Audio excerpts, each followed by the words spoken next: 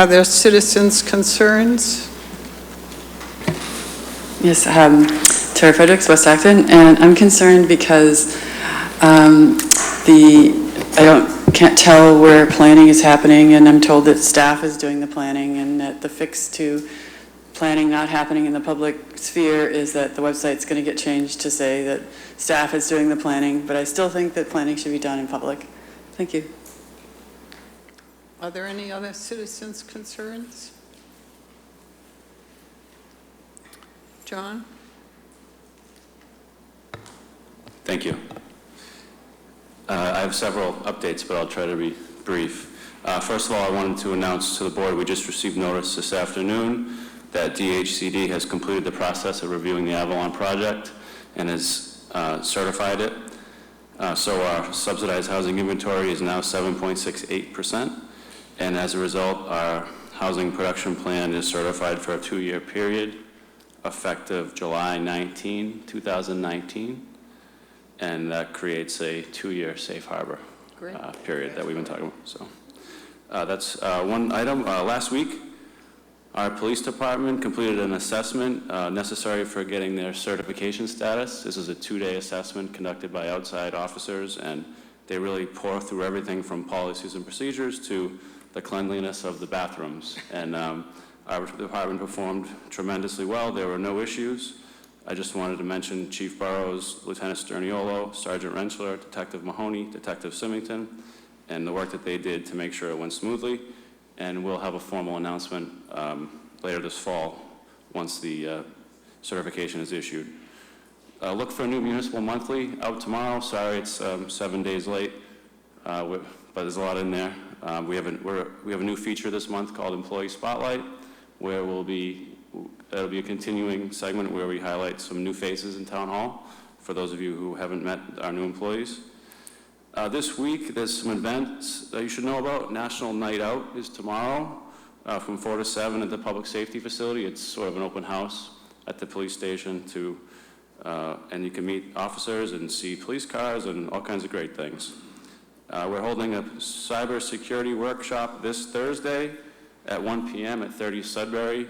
Cybersecurity is a growing and constant problem in our community and across the country. So we're trying to provide some tools for folks to better recognize those concerns and help to keep people safe. So 1 p.m., 30 Sudbury this Thursday.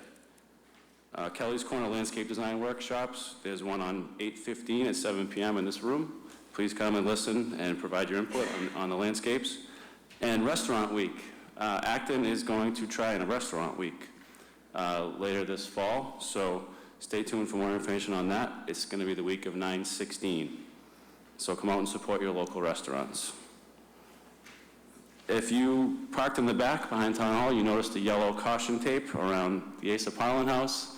That's a good sign. We are, as of today, starting the abatement work on the interior, so that project is part of what was approved by the town meeting to use CPA funds to do some selective demolition and rehabilitation of the structure. So the first step is to get the hazardous materials out of it, which should take about a week and a half, and then we can start working on the rest of the project. Our state budget, I wanted to mention that the state budget was signed by the governor last week, and there's some good news in there for Acton. We received what we were projecting for state aid for local aid and education, but we also are going to benefit from an increase in the CPA match. Last year it was about 19%, and this year it's closer to 30%. So that's a significant boost. Our match last year was around $188,000, so we can expect to get a lot more, which is great. We also received support for $150,000 for the sports pavilion at Nara Park, Miracle Field. Senator Eldridge worked with us to get some funding set aside for that, and there's also $100,000 for the Asa Parlin House. So we got some great support from our friends in the state. There's also $100,000 for the Maynard-Acton Rail Shuttle, which is a big part of how we support our transportation program. So I just wanted to thank Senator Eldridge, Representative Benson, and Representative Gouveia for supporting local priorities and helping us get some things done here. That's all. That's all good news. Yes.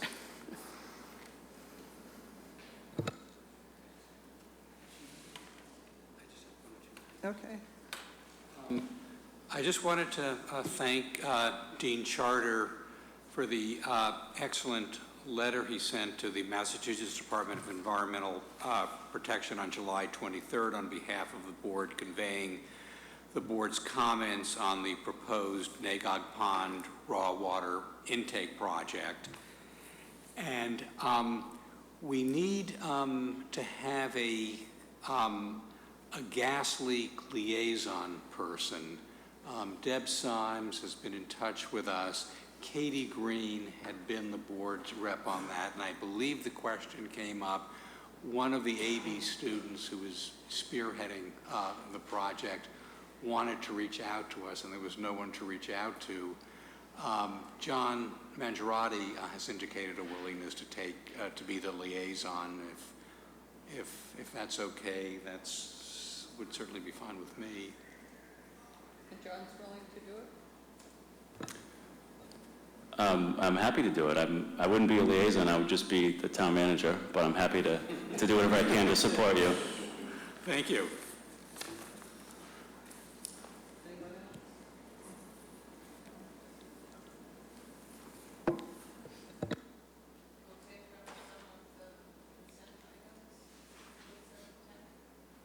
We'll take up some of the consent items until 7:10. Number 12, meeting minutes, July 10, 11, and 15. 14, refund request, Hosen Joker building permit application. 15, committee. Unfortunately, if we could hold that. Okay, and we're holding 13 and 19.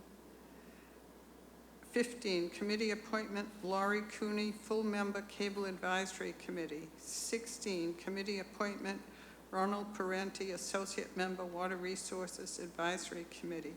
17, committee appointment, Julia Day, associate member, Transportation Advisory Committee.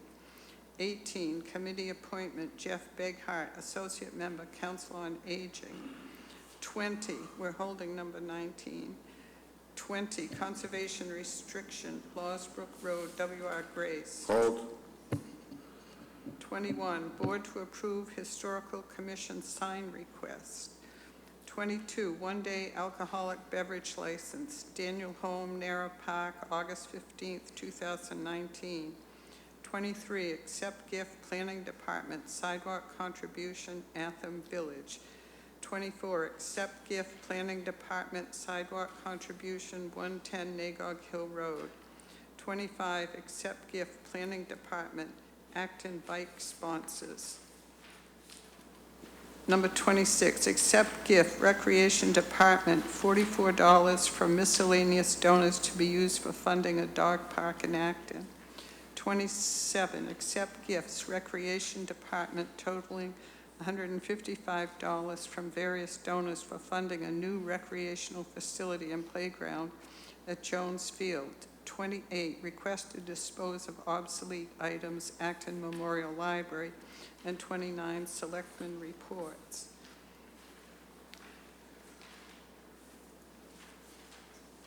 Okay. 14, we held. Yeah,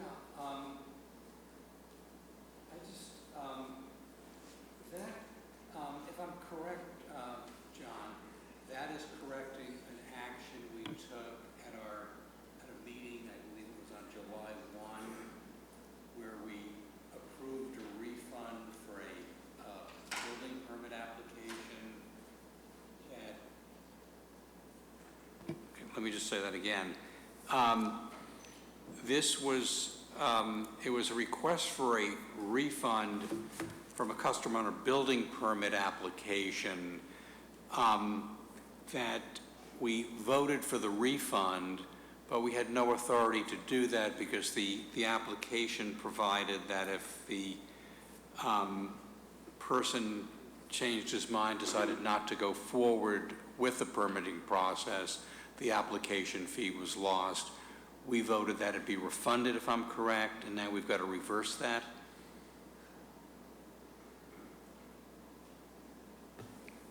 I can look into that, the details of that. I don't think I'm as familiar with as you are, so I'm happy to pull that off and sort this out between now and the next meeting, if that, Okay, that's fine, sure. okay. It looks like we exceeded our authority. The permit application said the requests are not, the payments are not refundable.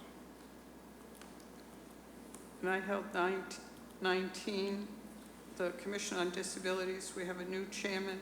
The associate members at our Selectmen's next meeting will be moved up to regular members, and then we have 2 who will be nominated as associate members. So we'll take care of this at our next meeting.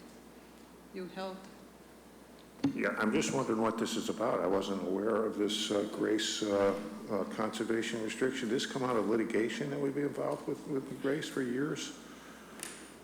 Yes. Part of the agreement with the ownership was to record a conservation restriction on the north side of the train tracks. And this is that conservation restriction. It had to be approved by both Grace and the town, and Nina Pickering Cook has worked extensively on this for the past 2 years or maybe more. And one of the biggest hang-ups was getting it approved at the state level, which has now, we now have that approval. And so this is just sort of finalizing that conservation restriction. Okay, so Grace still owns the property.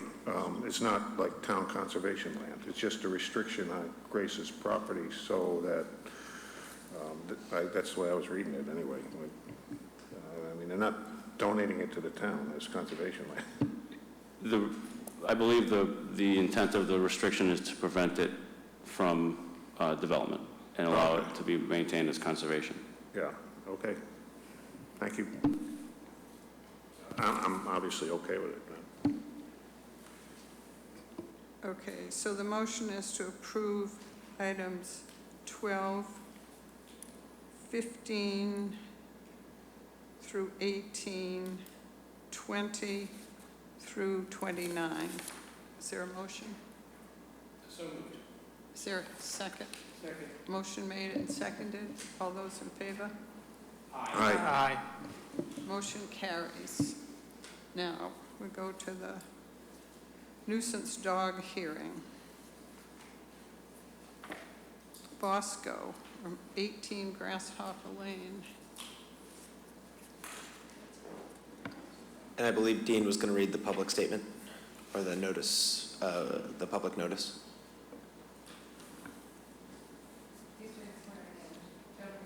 Oh, sorry. Joan was going to read the, sorry to put you on the spot there, Dean.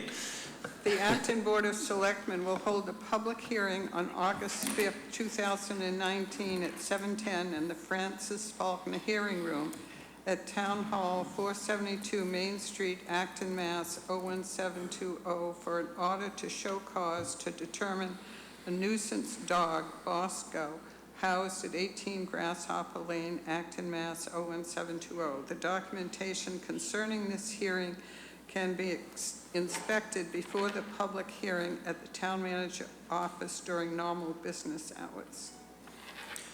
I'm going to read a brief summary of the process here, and then we're going to proceed from there.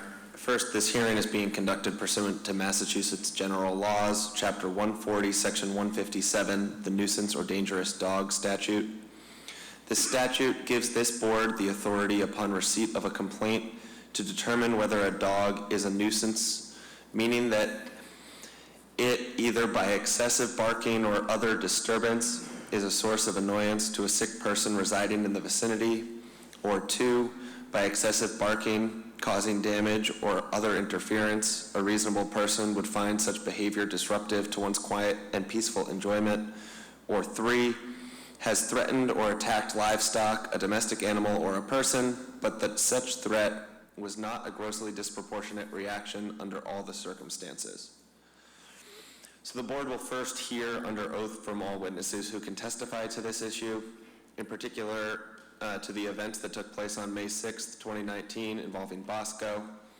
If, after hearing the testimony and taking any evidence, the board declares Bosco to be a nuisance dog, the board will issue an order prescribing a remedy that will ameliorate the nuisance behavior.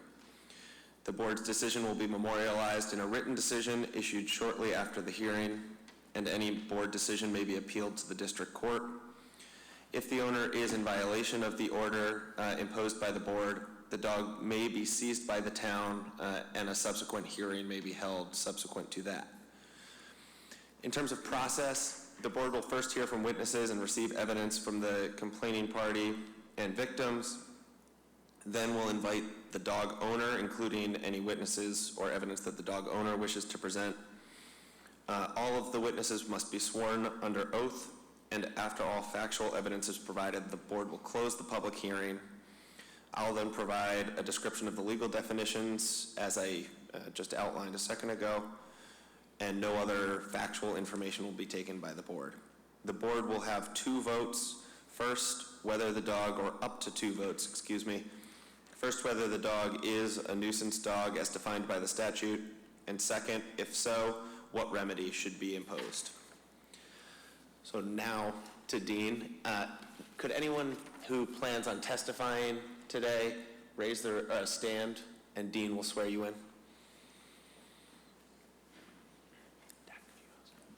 Thank you. Raise your right hand. Raise your right hand, thank you. Do you swear or affirm to tell the truth, the whole truth, and nothing but the truth on this matter? Thank you. Just for the record, did anyone say no there? Great, thank you. So first we'll hear from the Animal Control Officer, Mr. Palmer. Good evening, Board. Thank you for hearing this tonight. Let me give you a brief synopsis of what has happened with this dog. We have 3 incidents that have happened. So tonight I've come before you on behalf of Julia and Katie Larkin of 35 Old Village Road to bring your attention to an ongoing dog issue with Bosco, a dog that belongs to Anna Kerr of 18 Grasshopper Lane. The first complaint filed by the Larkins regarding the Kerr dog was made on the 30th of September 2018. This incident involved Bosco, a male Bichon, running from his property at 18 Grasshopper and chasing Katie Larkin down the street while she walked her dog. Katie received a bite wound and many scratches from the incident. The Kerr family was issued 2 bylaw citations because of the incident. Two of the citations were for owning 2 dogs, and they both were unlicensed. The second citation was for Bosco, who left the property not under the owner's control. Bosco was also placed under a 10-day quarantine for biting and scratching Katie. 16 days later, a similar incident occurred between the Larkins and Bosco. While walking their dog, an additional bylaw violation was issued for a similar situation. During this incident, Bosco continued to harass the Larkins during their walk, but inflicted no bites or scratches this time, but it was a terrifying situation for the Larkins, knowing what had occurred 16 days prior. The third such incident happened this past May 6th to be exact. Bosco again charged from the Kerr property, terrorized and harassed the Larkins while walking their dog down Grasshopper. This incident was actually handled by ACO Nelbo Maldonado, and the Kerr dog again was issued a bylaw violation for being off the property and not under the owner's control.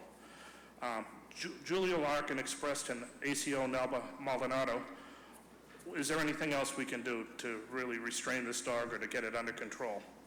Nelbo Maldonado suggested that Julia that the next step would be to request a dog hearing in front of the Board of Selectmen, and hopefully you could come to some sort of a remedy.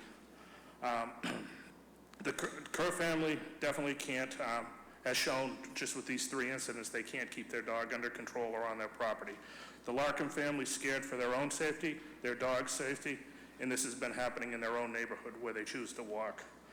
I guess town council already went over the nuisance law, so and there's no need for me to repeat that. But I would ask the chairperson and the members tonight that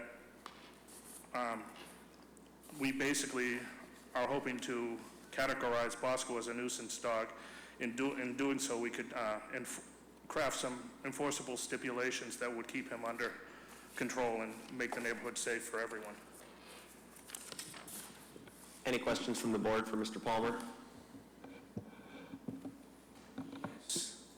Mr. Palmer, what would you suggest as the restraints or restrictions for Bosco?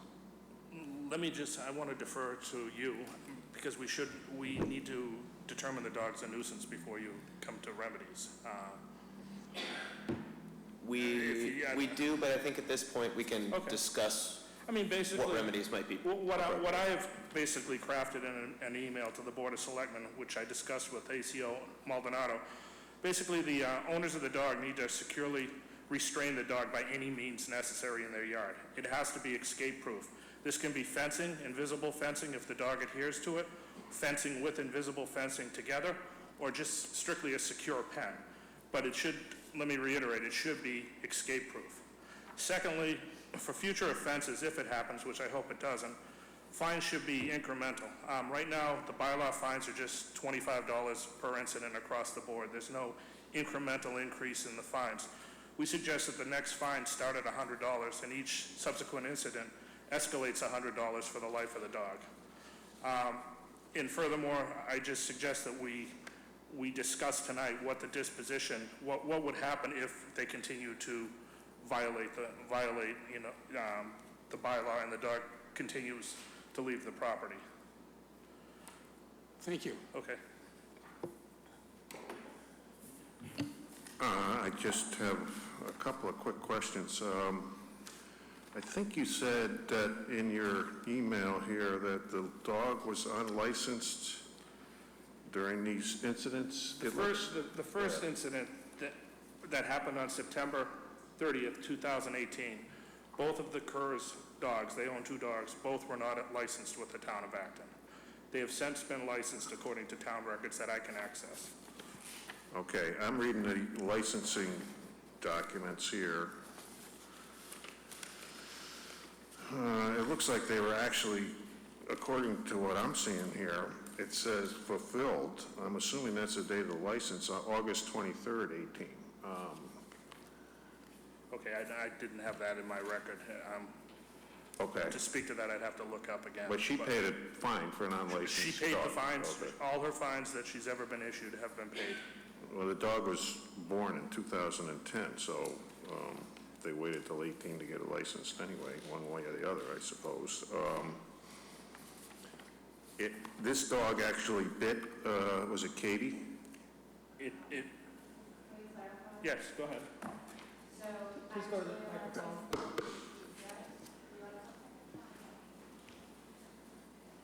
All right, so the clarification, I'm Julia Larkin, this is my dog. I'm Katie Larkin.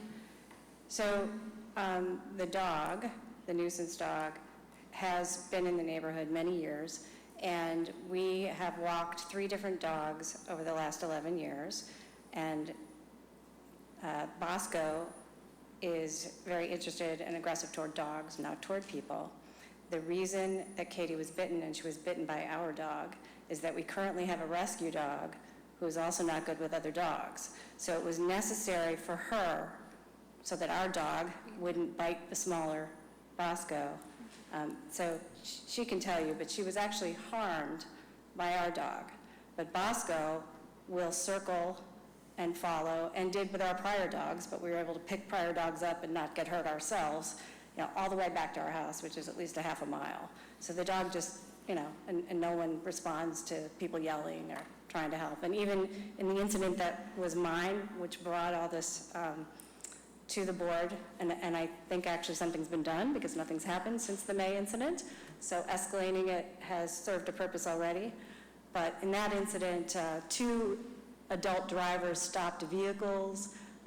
Kathy, our neighbor who was walking with me, 4 adults could not have this very small but nuisance dog get under control. So it just became something we needed to escalate. Do you want to say what happened? I'm not sure if the town would like me to describe it now or wait. Yeah, why don't you go ahead now? All right, so the September 30th incident, I was walking our rescue dog down the street. I had just passed the house with Bosco living there at 18 Grasshopper Lane when I believe I saw the owner's truck arrive in the driveway coming home with groceries. They opened the door, and from what I heard afterwards, the dog must have slipped out as the door opened, but Again, as my mother had mentioned many times with our previous dog, whether or not the owner was home, the dog had slipped out.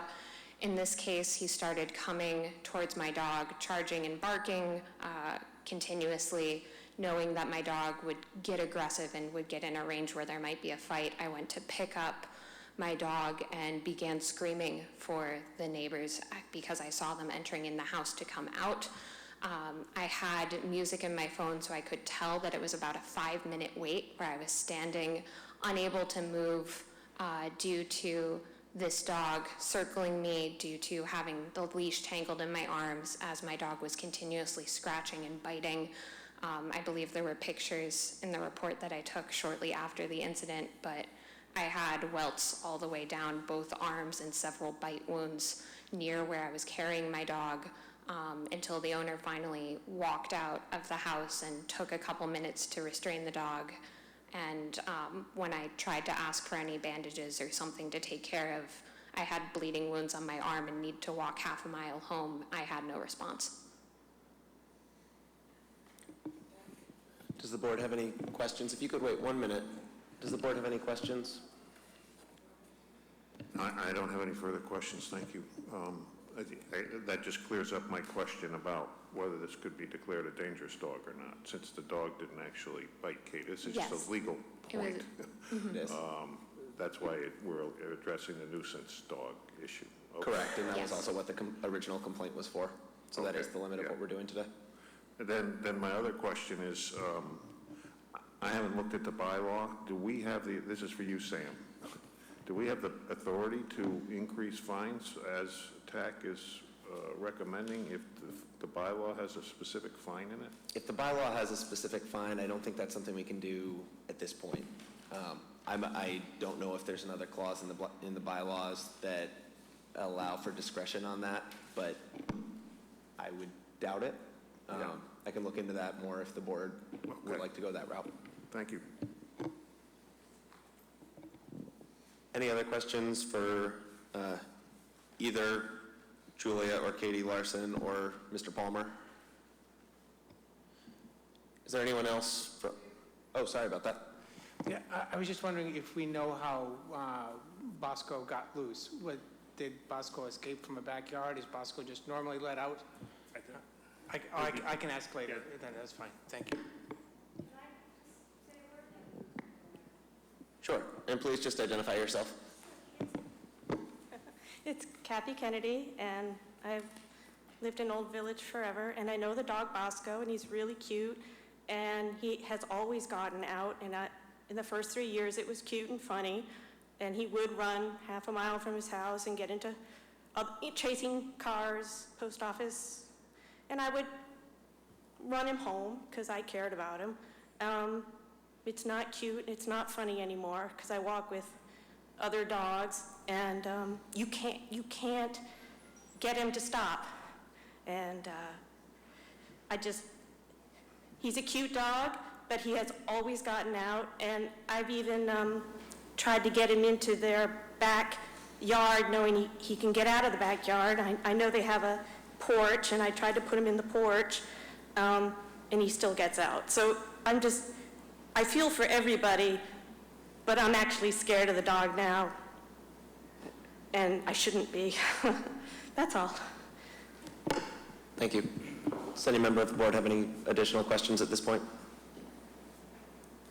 Now, if there is anyone from the dog owners, yes, please. If you could just step up and identify yourself, please. Hi, I'm Ethan Kerr. I'm the son of Anna Kerr. I live at 18 Grasshopper Lane. And I have the dog, Bosco, is a 7-pound Bichon, and these ladies over here have said that they are terrified of the dog, and suppose as the police report has said, has harassed the dog. Now, we're talking about a 7-pound dog here. This is not something that is of like a pit bull or of any major concern, like how you said we're not talking about it as only a nuisance, not under a violent dog. So this is not something that has been occurring except besides these police reports that have been found. She says that the dog has happened in years prior to this. That is also not true. We have not had any incidents before this where they have said it's gone a half a mile. Her house directly to our house is not actually a half a mile. It has only been in the vicinity. We have had incidents when it has escaped before, but we've had multiple times when we've brought it back, but it has never gone anywhere near up to a quarter of a mile. Not even. Yeah. I'm Matt Kerr, I'm Ethan's dad. So to just put in perspective, yes, so the dog is a small dog, and it's boyish at times when people come into the knock on the door or whatever, but for the most part, the dog is inside the house 90% of the time. We both work, and we have a fenced backyard, and on occasions, somehow the gates are left open and the dog escapes. So we have, in the last 2 months, rectified that by installing another den, another fortification inside of our fenced backyard so that they can't get out. And they haven't been out. We've fixed that. They're not escaping anymore. They're not unruling animals that are running around, acting, causing havoc. They're not. They're inside the house most of the time, and they're very pleasant dogs, good family dogs. I'm Anna Kerr, and I've walked my dogs now 10 years, right? 10 years. 10 years that we've been here in Acton. And yes, I've walked a few times with these ladies. Well, maybe, no, I don't know you. No. No, her dog. If you could just continue directing this to the board. I'm sorry. Anyway, it doesn't matter. At the very beginning, as she said, we used to walk our dogs. And what has happened in the past is as he's gotten older, he has gotten, fresh. And as any dog, if you're walking by their house in front of their property, they do get excited and they do want to, protect their home. I get that. The few times that that he has gotten out, it was because of one time he dug through. He dug through, and the other time was that one of the gates was opened, and I think the third time was when we were away, and the person that was walking him didn't close the door all the way, and that's how he got out. So what my husband and I have done, as he said, we've made sure that we've enclosed the first round gate, and then we've put together another, what do you call it? Den type of thing? Inner fencing. And then now, what we've done is I've gone to my vet, and I have gotten him medication so he can calm down. And throughout this time since then, we haven't seen anything since because we're making sure we're very vigilant of him being inside or within the property bounds. We're always very cognizant of where they are, both of the dogs. So since then, we've worked to try to rectify the situation.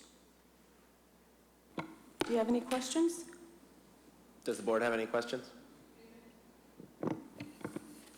It's pretty common knowledge that you have to license a dog. Why didn't you license your dog? It wasn't that I wasn't licensing him.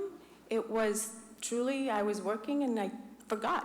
It's one of these things that I forgot. Also, At that point, it wasn't since that. the dog has been born since 2010, like you said, we weren't living here prior to that time. We had lived in Wakefield, and that dog was, I believe, licensed in that town. But when we moved here, due to the complications with me and my brother within the household, changing schools and whatnot, we did not have time to license the dog. So that's why we had licensed the dog earlier. But there is... You didn't have time? Didn't have time because No, it wasn't like... Because we thought also the license would have carried over from Wakefield into Acton. We didn't know. That it's more on our part. How long have you lived in Acton? 10 years now. 10? You fill out a yearly census form, asks you if I have a dog, If you put down on the census form that you have a dog, you get a license, you get a letter from the town clerk saying it's time to license your dog every year. And you didn't do it. It's not for lack of, but sometimes life gets in the way. And I'm not saying that what? We forgot. Simple as that. When you walk your dog, do you use a leash? Do you walk Yes. your dog on a leash? Yes. Okay.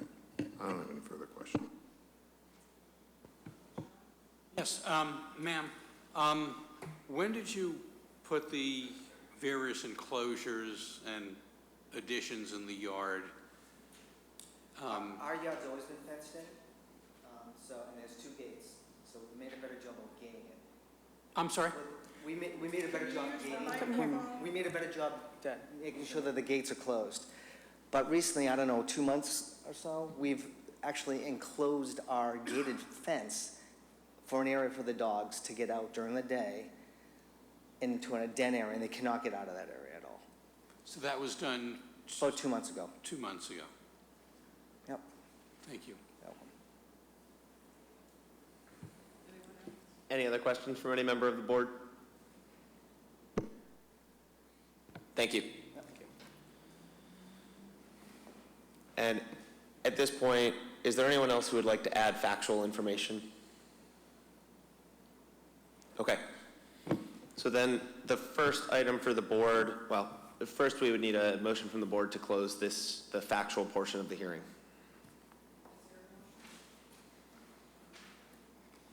Move we close the hearing. Second. Motion made and seconded. All those in favor say aye. Aye. Aye. Motion carries. So like I started the introduction, the first step is for the board to vote whether or not Bosco is a nuisance dog. The second step would be if Bosco is found to be a nuisance dog, then determining what remedy would be appropriate. Would the board like me to reread the definition of nuisance dog under the statute? Yes. Sure. So there are 3 different ways that a dog can be a nuisance dog. The first is that it has, by excessive barking or other disturbance, it is a source of annoyance to a sick person residing in the vicinity. Second, by excessive barking causing damage or other interference, a reasonable person would find such behavior disruptive to one's quiet and peaceful enjoyment. And third, that it has threatened or attacked livestock, a domestic animal, or a person, but that such threat was not a grossly disproportionate reaction under all the circumstances. I'll move that we find Bosco as a nuisance dog. Is there a second? Second. Motion made and seconded. All those in favor? Aye. Aye. Motion carries. The second element is for the board to determine what remedy is appropriate. I can defer to the board for deliberations or can answer any questions. Under 2, where it says fines for future offenses, it says incremental starting at $100. Do we have to amend the bylaw before that? I do believe that you would have to amend the bylaw in order to do that. Anyone else? Can you tell us what the allowed remedies are then? So unlike for a dangerous dog, for a nuisance dog, they're pretty open-ended. The statute doesn't really give a whole lot of guidance on this. It's anything that would ameliorate the nuisance behavior. So not super helpful in terms of prescriptions. And what would happen if there was another incident? So if the dog is, now that it's been found a nuisance dog, if the dog and the owners are in violation, the dog would be taken, would be held for a period of up to 7 days, at which point the owners can intervene and ask to have a hearing on that, on what should happen with the dog at that point.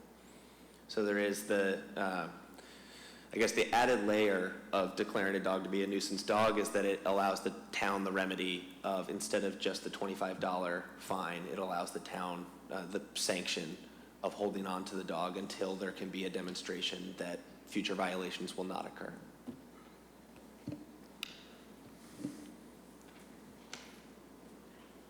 Go ahead. Did you quarantine the dog for 10 days? Was that for rabies check? It was quarantined for rabies and the bite, but to correct the record, the Larkin family is saying that their dog is the one that inflicted the bites, not Bosco. So we want to clarify that record. That isn't how I understood it at the time. But also the curs never disputed the bite or the scratch. So, I mean, it's an easy, obviously, mistake. The only thing I want to add is there's been no incidents since this past May incident, so obviously they've stepped up their care and containment of the dog.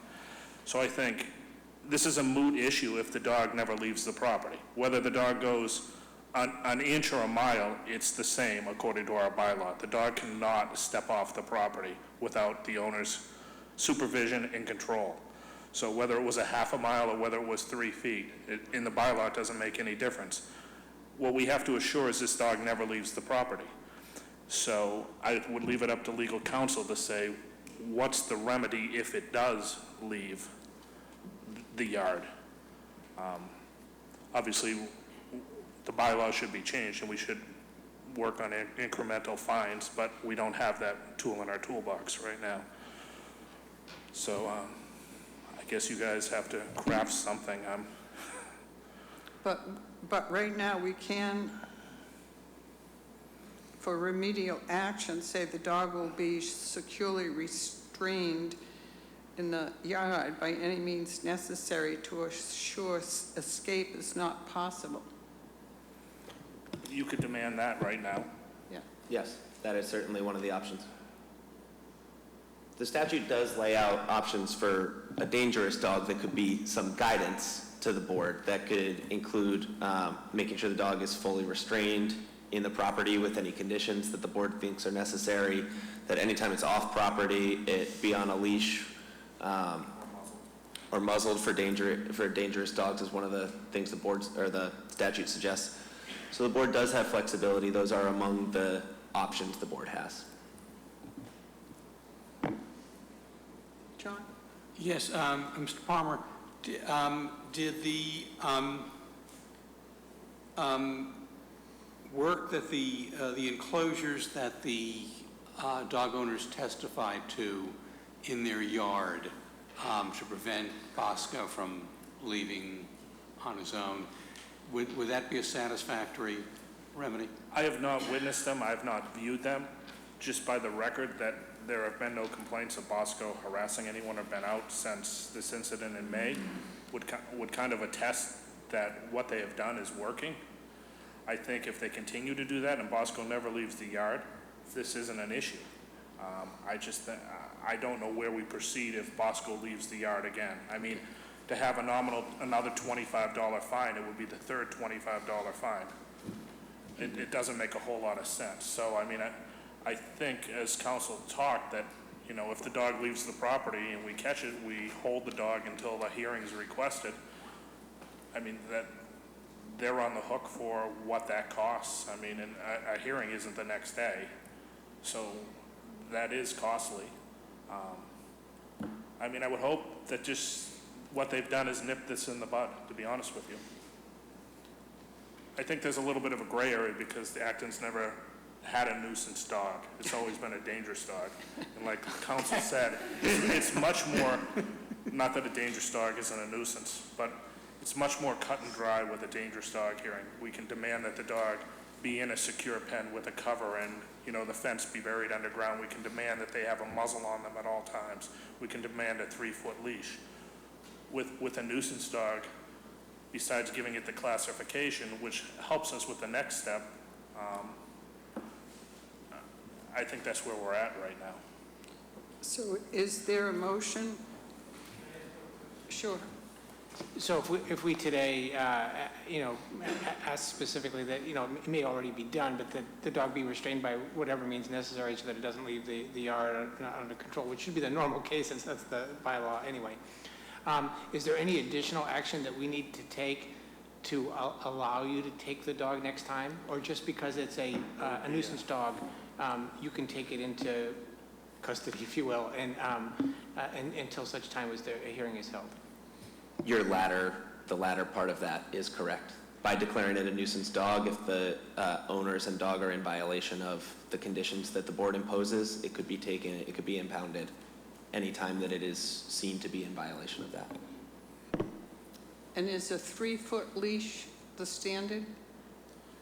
It would be for a dangerous dog. For a nuisance dog, there isn't a standard written that I know of in the law. That would be, again, for legal counsel. It's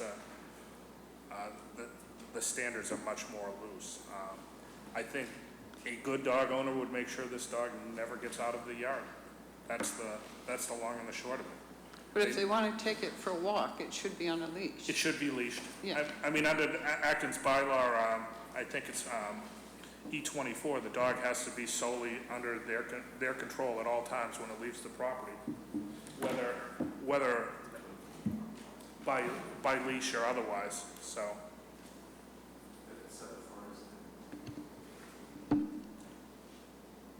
Peter?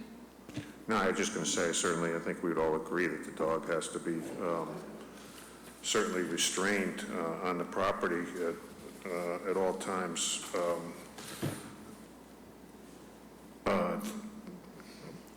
To assure that it doesn't escape, which sounds like they've taken some steps to do. I would add an order that anytime it's off the property, it be on a leash, even though under the bylaw, as long as it's under voice control, it wouldn't violate the bylaw, but I think in this case we can add a condition that this dog has to be on a leash if it goes off the property. There's also language in here about we could order that the owner or keeper provide proof of insurance in the amount of $100,000 to cover any damage the dog might do in the future. Do you have any familiarity with that dog insurance at all, Tack? I personally don't. Okay. I don't have a lot Okay. specific to that, no. Okay. Is the dog, I assume the dog is neutered, right? Okay. All right. Well, I don't know if we want to go down the insurance road, but certainly the leash if the dog's taken off the property. I think the leash is reasonable. It's a reasonable thing for you to ask. So is there a motion, 1, that the dog will be securely restrained to owner's yard by any means necessary to assure escape is not possible? Fencing, invisible fence, fencing with invisible fence together, a secure pen, all should be escape-proof. And 2, if the dog leaves the yard, it will be on a leash. So moved. Second. Motion made and seconded. All those in favor? Aye. Aye. Anyone opposed? Motion carries. Thank you. Thank you. Thank you.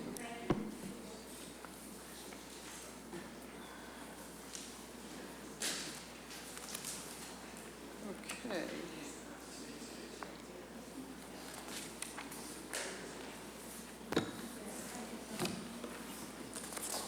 Item 4, Bruce Freeman Rail Trail right-of-way lease for Phase 2B. Yes, thank you. So the town, we have been working with Mass DOT to finalize the arrangements for the final stretch of the Bruce Freeman Rail Trail in East Acton that exists in Acton. And this is the latest draft of what's been going back and forth between our town council and Mass DOT's legal counsel. And there is a sense of urgency with this one, so what we're asking the board to consider is to record a vote that would basically authorize me on behalf of the board to enter into the final lease agreement once council works out a few additional details that they're trying to resolve, but they couldn't do so before tonight. And there is a motion, I believe, that's been prepared if you're going to consider taking that action. Okay, the motion to approve the certain First Amendment to lease agreement, the amendment by and between the town and the Massachusetts Department of Transportation, substantially in the form presented to the board at its August 5th, 2019 meeting, with final changes to be approved by the town manager in the town manager's reasonable discretion in consultation with town council, and 2, to authorize the town manager to take all actions on behalf of the town that are reasonably necessary in the judgment of the town manager in consultation with town council to effectuate and complete the transactions contemplated by the amendment. Is there a motion? I'll make that motion. Motion made. Seconded. Motion made and seconded. Further discussion? Yes. David? What parcels are we talking about that need a right-of-way? The railroad right-of-way, And some parcel to make its way over to Route 2? yeah, I was just, it's over near the state police horse barn. Oh, okay. So if there are specific items in the language that, in the packet that was provided to you, if there's any questions that you want me to bring forward, I certainly can. But yeah, this would be that last stretch of the trail to connect to Concord. Yes, I was told the easy way to remember it is Phase 2A was Acton, Phase 2B is Bridge, and Phase 2C is Concord. So, so this is Phase 2B, so this is the approaches to the bridge and the bridge itself. Okay. Good way to remember. Anyone else? Tom on the Michael. board? Anyone else on the board? Tara? Tara Fredericks, West Acton. I got a couple of questions. Now, from what I understand, this is to allow people to come off of the bridge, come down and go to the school street fields, is that correct? To the soccer fields there, Weatherby? Is that what this is for? I think this is farther down than the school street fields. It's down where the railroad tracks cross Route 2. And, Either way, there's an this- existing, it's more by the prison. There's an existing trail that's already been built in Concord. I don't know if it's actually open yet, but it goes past the prison. Okay, thank you. And this is for just walkers and bikes, no four-wheel? It's a bike trail. But there's not a way for people to take their car back up onto No. the rail trail there. And then since we're talking rail trail, I would like very much to advocate for the board to make a strong case for having fieldstone as the finish on the outside of the bridge as opposed to the manufactured blocks that we see on Route 2A. It's a very historic area, historic house there that we've done a lot to save. It's the last farmhouse on Route 2, and as you come out the Rotary, I think it'd be really nice to see a beautiful bridge. All through Connecticut, you've got beautiful bridges, and I feel like we deserve one too. Thank you. Thank you. Dave? Dean? Yeah, as regards your, Tara's last point about the facing of the bridge, that entire bridge is actually going to be located in the town of Concord. The piece of the trail that's going to be in Acton is basically the approach ramps coming up to it. So I think the area that is a point of her concern actually is located in Concord. So I think probably you should go over there. I know they've certainly come up with their own money as far as the design and that sort of thing. May I respond? Yes. Thank you. Yes, there's a group of people that are moving towards that, doing some advocacy, and I was just saying that it'd be great to have a letter from the Board of Selectmen in Acton to urge the state as well, and maybe even the town of Concord. Thank you. Okay. Peter? Yeah, if I'm not mistaken, there's stone dust along the sides of Bruce Freeman Rail Trail, right? Isn't that what they have as a kind of shoulder there? Yeah, John's nodding, yes. Yeah. Also, John, just for your information, this lease actually has all of our signatures on it, so I'm not sure that we can necessarily authorize you to sign it, but I'm sure, when it gets finalized, we can come in and sign it. That sounds like a great plan. Thank you. Okay. So motion made and seconded. Any further discussion? All those in favor? Aye. Anyone opposed? Motion carries.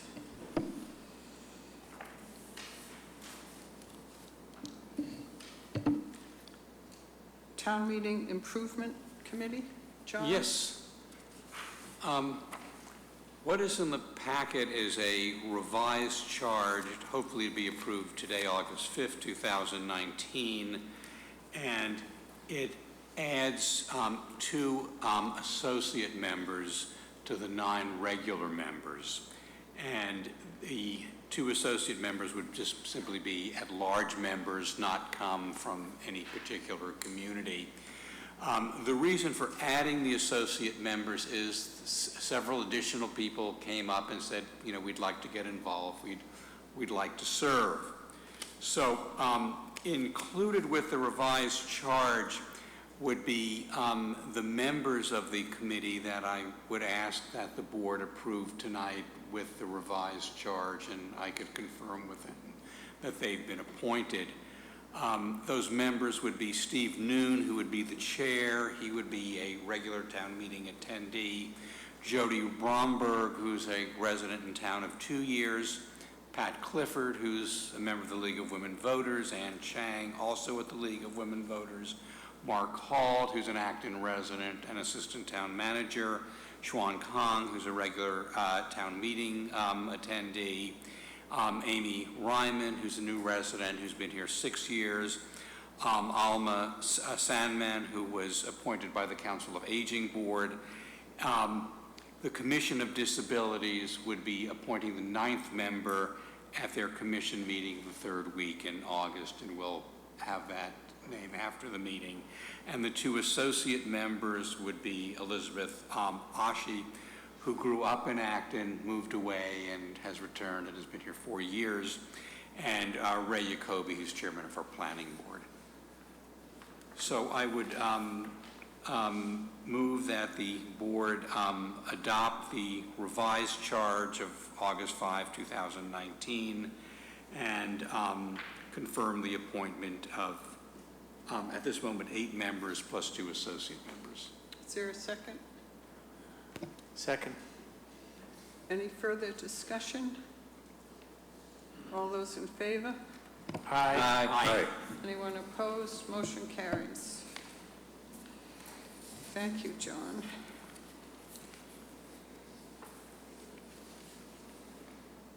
Board to take action on 30-day letter review period regarding Powder Mill Place.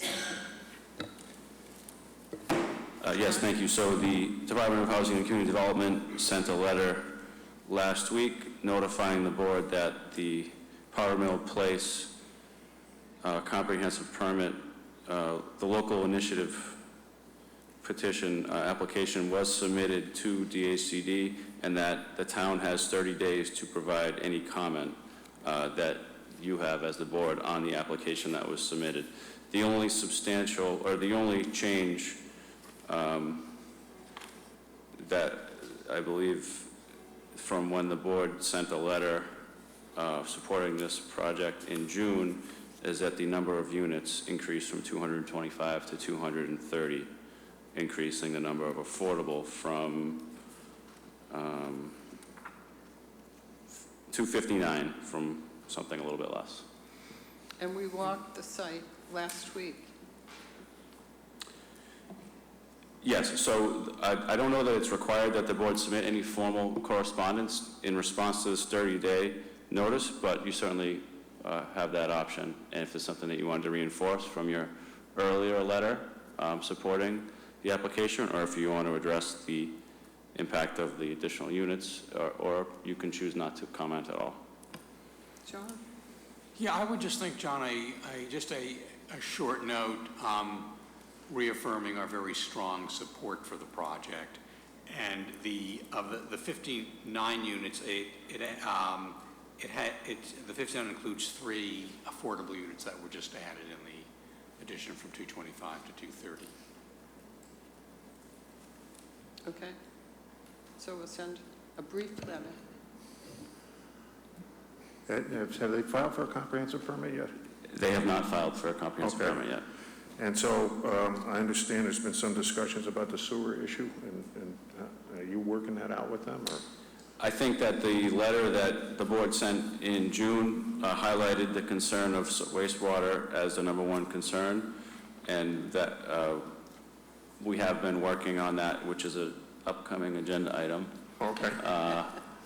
But we are looking at different options related to wastewater, but that's something that would certainly be helpful to maybe reinforce that as well, that that concern remains.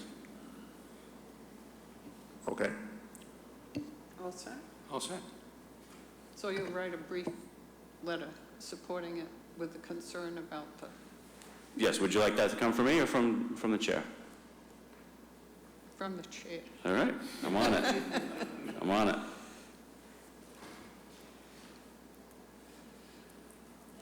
Is somebody from the audience allowed to comment on this proposal? Come to the table.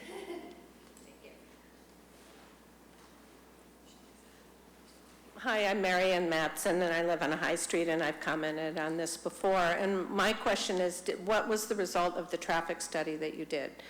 When I commented before, I mentioned that when they built the first batch of the 20 houses directly across the street from my house since I've moved in, I was told that per house I could expect 10 cars per day, and there were 12 houses at the time being built across the street. If there's 220 units, 230 units being built around the corner from my house on High Street, I know some of them are in Maynard, but the people trying to get to Acton are going to have to go down High Street. If it's 10 cars a day, even if it's only half of those units, that's going to add 1,000 cars a day going past my house. I can barely get out of the driveway now. This also will impact, I have no idea how you guys feel about the Piper Road thing, but I think that half of those cars will find that High Street is so irritating that they will cross over and go down Piper, which will impact that proposal as well. So I was just wondering what you guys found out from the traffic survey that you had done. I find 1,000 cars a day extra going down High Street to be very cumbersome. We did not do it. I thought that it was my understanding at the meeting that I came to before that you guys were going to do a traffic study. John? So when the applicant files with the Board of Appeals their comprehensive permit, they'll be required to submit their traffic study, and the town will then review that traffic study with its own engineers. Okay. And that's a concern that will be vetted and discussed through the Board of Appeals process, which hasn't yet started, but we anticipate will start this summer. Okay, thank you. Since you mentioned traffic, thanks, Tara Fredericks, West Acton, that, again, I'll try and raise awareness that road capacity is a limited, precious a commodity like water, and that we have yet to study how much we have left, and yet every project that we approve is no impact, no impact, no impact, no impact, and over the years, there's a great deal of impact. And I think it's time that we start keeping track of these precious commodities and how much we are permitting away. Thank you. Okay, all set? All set on that? Okay. Woodard and Curran, review the wastewater treatment plant? We have, Lisa, do you mind setting that up? Well, I'll get Jack and I'll introduce Jack. So we in Acton have a wastewater treatment plant that was constructed as part of the sewer project about 20 years ago. And we have about 100,000 linear feet of pipe. We have 11 pump stations, and we have about 1,000 sewer connections in our community. And part of the work of maintaining a wastewater system is to periodically review it to understand what the short-term and mid-term and long-term costs are to maintain the system. So at the FY19 budget, which was approved in April of 2018, the town, there was a study to do a comprehensive plant evaluation. And that process was completed by Woodard and Curran, our consultant, and they're here tonight to present the results of that study. And Jack Troidel, our main man from Woodard and Curran, will make that presentation, then we have an opportunity for questions from the board. Thank you, John.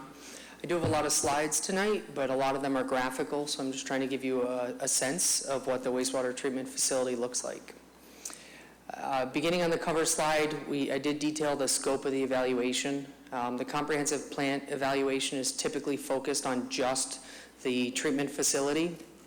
We expanded that to include pump stations, specialty manholes that have more expensive equipment in them, as well as the discharge beds. I'll begin by going over the existing system to just give you the framework of what we reviewed. Then we'll talk about the planning efforts that have been completed and the wastewater needs. We'll follow that up with the evaluation of the condition assessment. There I'll show you a lot of the equipment that we looked at. Then we'll talk about the recommendations of what's needed and how that work would be phased, and then the immediate next steps. So this is a process flow diagram of your wastewater system. The first box is the majority of what's out there. It's the series of pipes in the ground, pump stations. You see some of the buildings around town, and sewer force mains. That is the collection system that conveys all the wastewater to the treatment facility. Once it reaches the treatment facility, it goes into the influent equalization tanks. Those buffer out some of the peak flows before it goes into treatment. Screening and grit removal removes some of the debris. Heavier rocks and gravel fall out in the grit removal, and the screening collects items such as rags that can clog wastewater equipment. The SBR tanks, there are 2 tanks, so as the wastewater comes in, it starts filling one of the tanks. Once that tank is full, it begins the treatment process, which is a series of aeration and mixing. Then the wastewater starts filling the second tank while the first one treats. And once the first one is complete with its treatment process, it stops mixing, it lets everything settle, and it decants the clean water off the top. And that shoots it out quickly to the post-equalization tank because it needs to be ready for the next batch of wastewater. And then the SBR number 2 has treated its wastewater, and the flow starts going into SBR 1. And from the post-equalization, it pumps that wastewater to the tertiary filters at an appropriate rate. Those filters are primarily for phosphorus removal. That was one of the focuses of the treatment facility, being adjacent to the acid bed. And then UV disinfection, just light bulbs that kill the bacteria and viruses in the stream. It's a bank of a bunch of bulbs, so it can get very hot in the wastewater stream. And then there are 5 beds. That's the large open field type area next to the treatment facility. That's where the wastewater is discharged into one of the beds at the time, and they rotate through those. The town has 11 pump stations. There are 3 of those that don't have a building, but 8 have buildings for the electrical and controls and chemical feed systems. There's a lot more detail here than you really need, but I just figured we would include it so you can see the level of infrastructure that's out there. And typical pump stations, you have 2 pumps. So one is in operation, and you have a spare pump. So it alternates between the 2 pumps. Many people have seen this graph in the past. It shows the blue line is the wastewater flow to the plant. It's around 130,000 gallons a day on average. The peak flow raises up to around 226,000. And that's what's compared to the permit limit of 299,000, the red line. So when we compare that maximum day you see the purple line, that shows what the peaks are reaching on average. There's 73,000 gallons per day of available capacity. So when you look at future projects, that's how much wastewater is available given the current permit. The gray area on this map is your sewer system. If you look at the light and dark green lines, those are your gravity sewers, some low-pressure sewers, and your force mains. The three highlighted areas were identified in the 2006 Comprehensive Water Resources Management Plan as high priority needs areas. So those are the focus of where do sewers need to go. We're targeting those areas. West Acton, Spencer, Tuttle, Flint, and the South Acton area.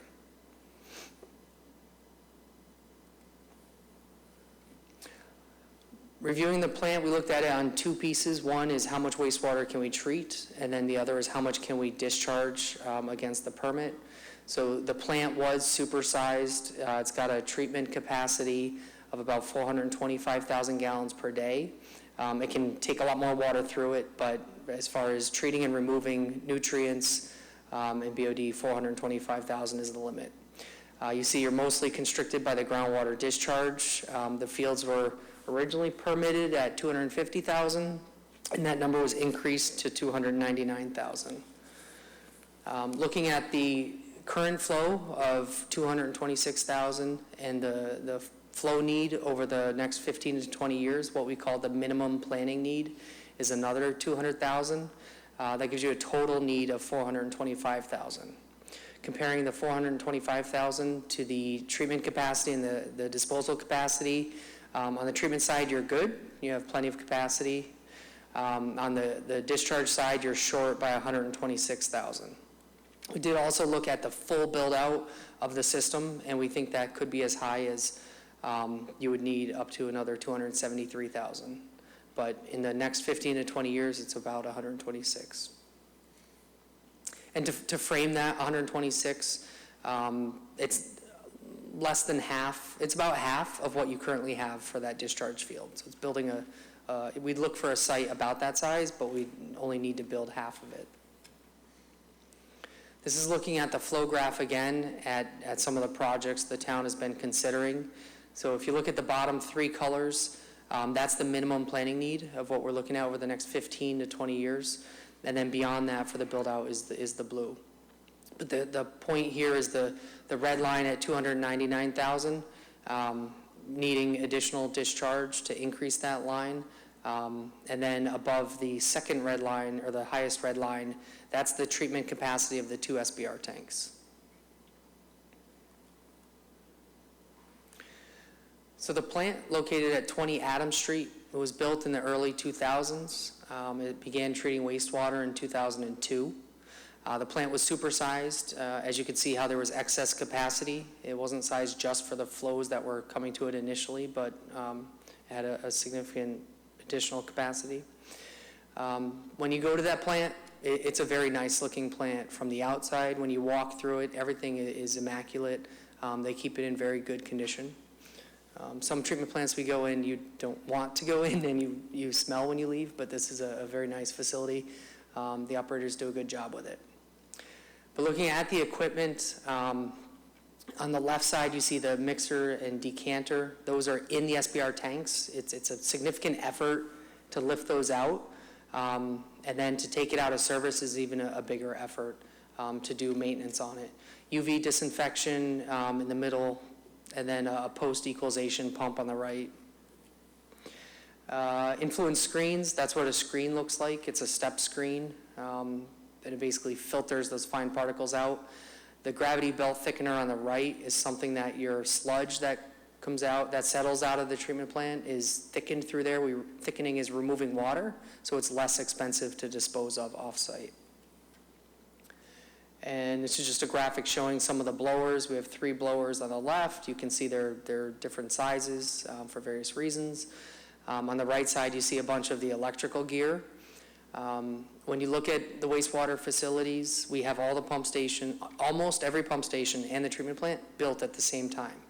So when you talk about that electrical gear such as this, and when a piece fails, and then 6 months later another piece fails, you realize, oh, it's going to be a cascade effect because you've reached the lifespan of that equipment. This is just a graphic of a picture of the lab and some motor control equipment. So what we're experiencing now is some increased O&M costs on failing equipment and how you respond to that. Looking at the pumps and piping, pumps failing or not pumping as much as they should, so they're less efficient. It's hard to see on the top right graphic, but that's a fitting between those pipes, and it's leaking. So those pumps aren't working very well, and the operators are working on crafting a solution to fix it because it's in the wet well, it's in the nasty environment. You can't just go down there without taking the pump station offline, so you need to bypass. So it's a significant effort to make some of these repairs. And the bottom one is a gate operator that failed between the post-equalization tanks. And it is the way to isolate the two treatment processes. And because that failed, you can't take it out of service to replace it. So the operators are working on a solution to make that repair.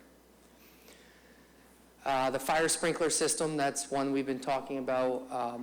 And Corey knows this well. We've been talking about it quite a bit of how to repair that, because those, every time it leaks, it damages something. Typically it's minor, the operators are getting ahead of it. But you see on the right side, just water that's come out from that system. Control panels, the PLCs, as you know, with computers and other equipment, 20 years is a long time. And the PLCs are now obsolete, so we've got a plan to use them at certain locations but replace the others. You actually can't buy those replacement PLCs unless you want to go on eBay and buy used ones. So recommendations, we looked at what's critical, and we put those in the priority upgrades. Items such as the sprinkler system, that slide gate repair, and a few other small items. We think those can be completed separately without a major project, and ideally they should be completed over the next year. Looking at phase 2A is the treatment plant and pump station, but more significant. It's rehabbing a lot of equipment, pumps, replacing impellers, a lot of inspection and maintenance items. Those SBR decanters, there's a significant rehab to those, but you got to take them out, looking at the aeration equipment as well. And the goal here is the phase 2A effort would make the plant ready for the next 15 to 20 years. So you've had very good success for the first 15 or 20 years. This is to set it up again for the second phase. And I looked back at the construction cost of the plant. The pure construction cost was around $8 million, and you add on engineering and other costs to that, it was around $10 million, and that was almost 20 years ago. And if you inflate it to now, it's effectively a $20 million asset. And phase 2B is additional discharge capacity. So we're currently pursuing that and looking at potential sites in the South Acton area for additional discharge. So that's an ongoing effort. So putting a number to those phases, the phase 1 priority work is $300,000. And that's the goal of that is to be complete over the next year or two. The phase 2A is a more significant effort that includes a design, and we would anticipate that you'd put that out to bid as a single project. Those costs include a 30% contingency, engineering, design, everything. So they're full costs, and they're inflated. For instance, the $6 million is inflated to the year 2021. So if it was designed next year and built in 2021, that's the cost it would be. So they're not in today's dollars. And then the discharge expansion, as I said, we're looking for sites. That $3 to $5 million, it's a range. We don't know where it's going to be. We don't know how long the force main is going to be. We don't know what the soils will be like. We're looking to improve the conditions from where the current ribs are. We would maintain those and add the new site. But the goal is to not be within a zone 2 or be as far away from water supply as possible, because it also, you get into less stringent discharge limits.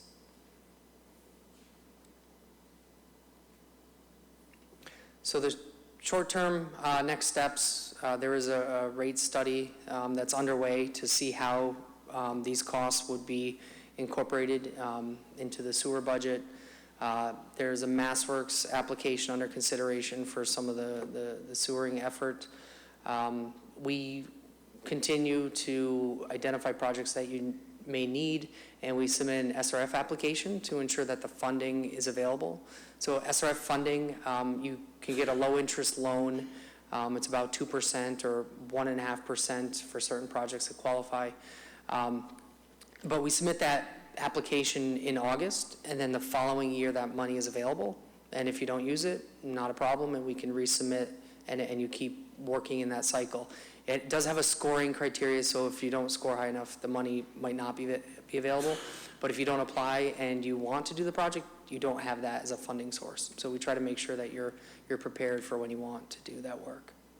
And then, as I said earlier, we'll continue with the investigation for the additional groundwater discharge. And this is a nice aerial of you see the plant building on the right, that's the green roof. The two SBR tanks are the lighter gray and the black in the background. Each one of those the tanks are under the gray on this closer side, and then the discharge field, the ribs on the left. So I'd be happy to take any questions.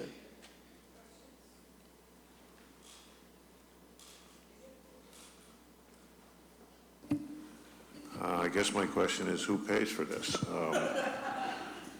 You're talking about maintenance and repair. I assume that's the current district that would pay the increased rates to, I mean, is there not enough reserve, obviously, to complete those repairs now? We need to build up more of a reserve, I assume. So I think it's a mix. I don't have the exact numbers of how much money is in reserves, but I think there's some money there. We've been working on West Acton, and there's a component of that project that would pay towards the plant. Any other expansion projects you have could pay towards it, and there could be a component in the rates as well. So I think it's a mixture of pieces that would do it. When you proceed with the SRF funding, it can be financed over 20 or 30 years.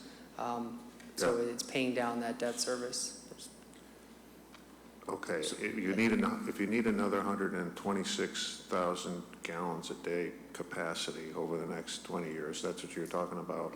That means building these extra fields, right? Correct. So you assume that the state, assuming you can get that built to state standards, they'll just grant you a permit to increase the flow and the discharge.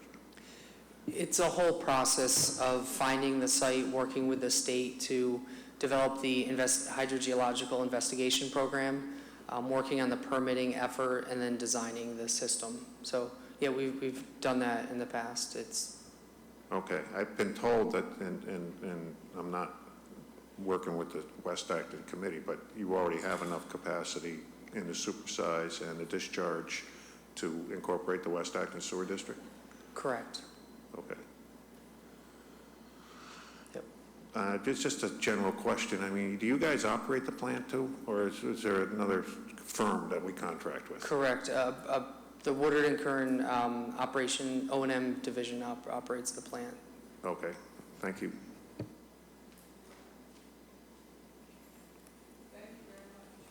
Thank you. So just a further comment, like any capital study of a facility, this identified facility needs over the next, short term, and then some over the next 5 to 10 years.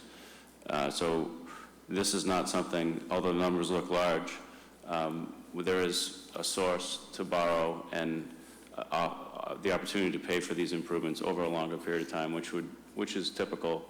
One of the note, with regards to the rate setting that you typically do this in the summer, we're going to hold off on that and make a recommendation to you later this year as we proceed further into the rate setting study that we're doing. And the goal of that study is to identify a recommended rate structure for the next 5 years, so that there's some real, we have all this information, and we want to make sure that there's a level of certainty with the rates that we're putting forward. And we want to take that extra few weeks, maybe months, to make sure that we have that information for you before you make that decision. Okay. Peter? Well, I guess the wild card there is West Acton. I mean, are you going to factor into the proposed rates over the next 5 years, West Acton being part of the sewer district, or? Yes, the rate study would include those scenarios of potential development, as well as the cost of these projects. Tara? Fredericks. I don't want to forget about who pays for this land, for this expansion territory, and I would like very much for us to examine what this quote-unquote need is and whose need it is, whether it's the profit of the developers that is quote-unquote needed, or whether it's something that we want to do. I'd also like to comment, I'm doing some studying relative to the West Acton project, and it's my understanding that Acton has either the highest sewer rate in the state or pretty darn close to it, and it might be twice as high as Concord's and 30 or 40% higher than the closest one after the first two or three, the top ones in the state. Just something to note. When I was a selectman, I looked at the sewer rates really carefully, although that was about 10 years ago now. But we were guaranteed that there was plenty of money because the rates were so high, there was plenty of capital money to renew all the capital as it was depreciating, and there wouldn't be need for any big sewer renovation project. I guess that's it for now, but I think that there's some serious things to consider about why this is happening now and what we're trying to do. But I think that relative to this quote-unquote retained earnings, where the developer betterments were put in that could have been used to renew a lot of this equipment, instead was spent on a project for West Acton. Thank you. John? I just don't know that the information presented by the previous speaker represents the rate study that we're currently doing, and I would reserve the board's judgment on a rate setting analysis until that work is completed. Thank you. Okay, MassWorks grant application. Bill? Mrs. Chairman. I'm sorry, Bill Clawa, Piper Road. How far is this sewer treatment plant from the Maynard treatment plant? I think they're pretty close together. Yes, they're both near the Assabet. Okay, but do they abut, and how much water between the two towns can we dump into the Assabet? Well, my understanding, I'll let the professional jump in, but the water we discharge is into the ground. It doesn't go into the Assabet. Correct. So the Maynard plant discharges into the river. The Acton plant discharges into the groundwater, into the discharge field that you see there. I understand, but water equalizes. You can't dump 1 million gallons into the water, into the ground on the corner of Adams Street and High Street and expect it to go uphill. It's going to go right into the river, one way or another, just like all of the water in Acton. And the other thing is, I don't know how far it is from Assabet number 1, or if that well is even still in use or not. But these were questions that came up some 20 years ago when we first started looking at this. Thank you. So that was something that we did look into. It was beyond the 2-year travel time to any of the Assabet wells. Okay. Next is the MassWorks grant application. Thank you. So the MassWorks program is a state grant program that has been around for a few years, and the goal of the project is to provide infrastructure funding to help support development that leads to jobs or housing or both. And with one of the projects that we discussed earlier tonight, the Powder Mill Place apartments, the board supported that project in its letter to DHCD, and that is an affordable housing project, which is consistent with one of the goals of the MassWorks program. With that as a background, our team has been looking very closely at the MassWorks program and whether or not it's a good fit for Acton, and we think that it is, and we're asking the board to support our efforts to apply for a grant in the range of up to $5 million or perhaps more. We're still finalizing the budget numbers with the goal of providing wastewater infrastructure in a priority needs area in the Powder Mill area. And one of the reasons that we think the project has an opportunity to be competitive is that while in the past Acton has applied for MassWorks grants, I believe for Kelly's Corner, I think the one thing that was missing, or one of the things that was missing with those previous applications, is that there wasn't a private development identified. In this case, the private development that we're identifying is Powder Mill Place. We've done some analysis, and we believe that providing a request to have the sewer infrastructure funded through this grant would provide a benefit not just to this affordable housing, but to some other properties along the way, including all the other ones that are part of this high priority district. So we think that if the state is to support it, it could be a great benefit for the community. We've been in touch with program administrators, and a representative came out to the site last week.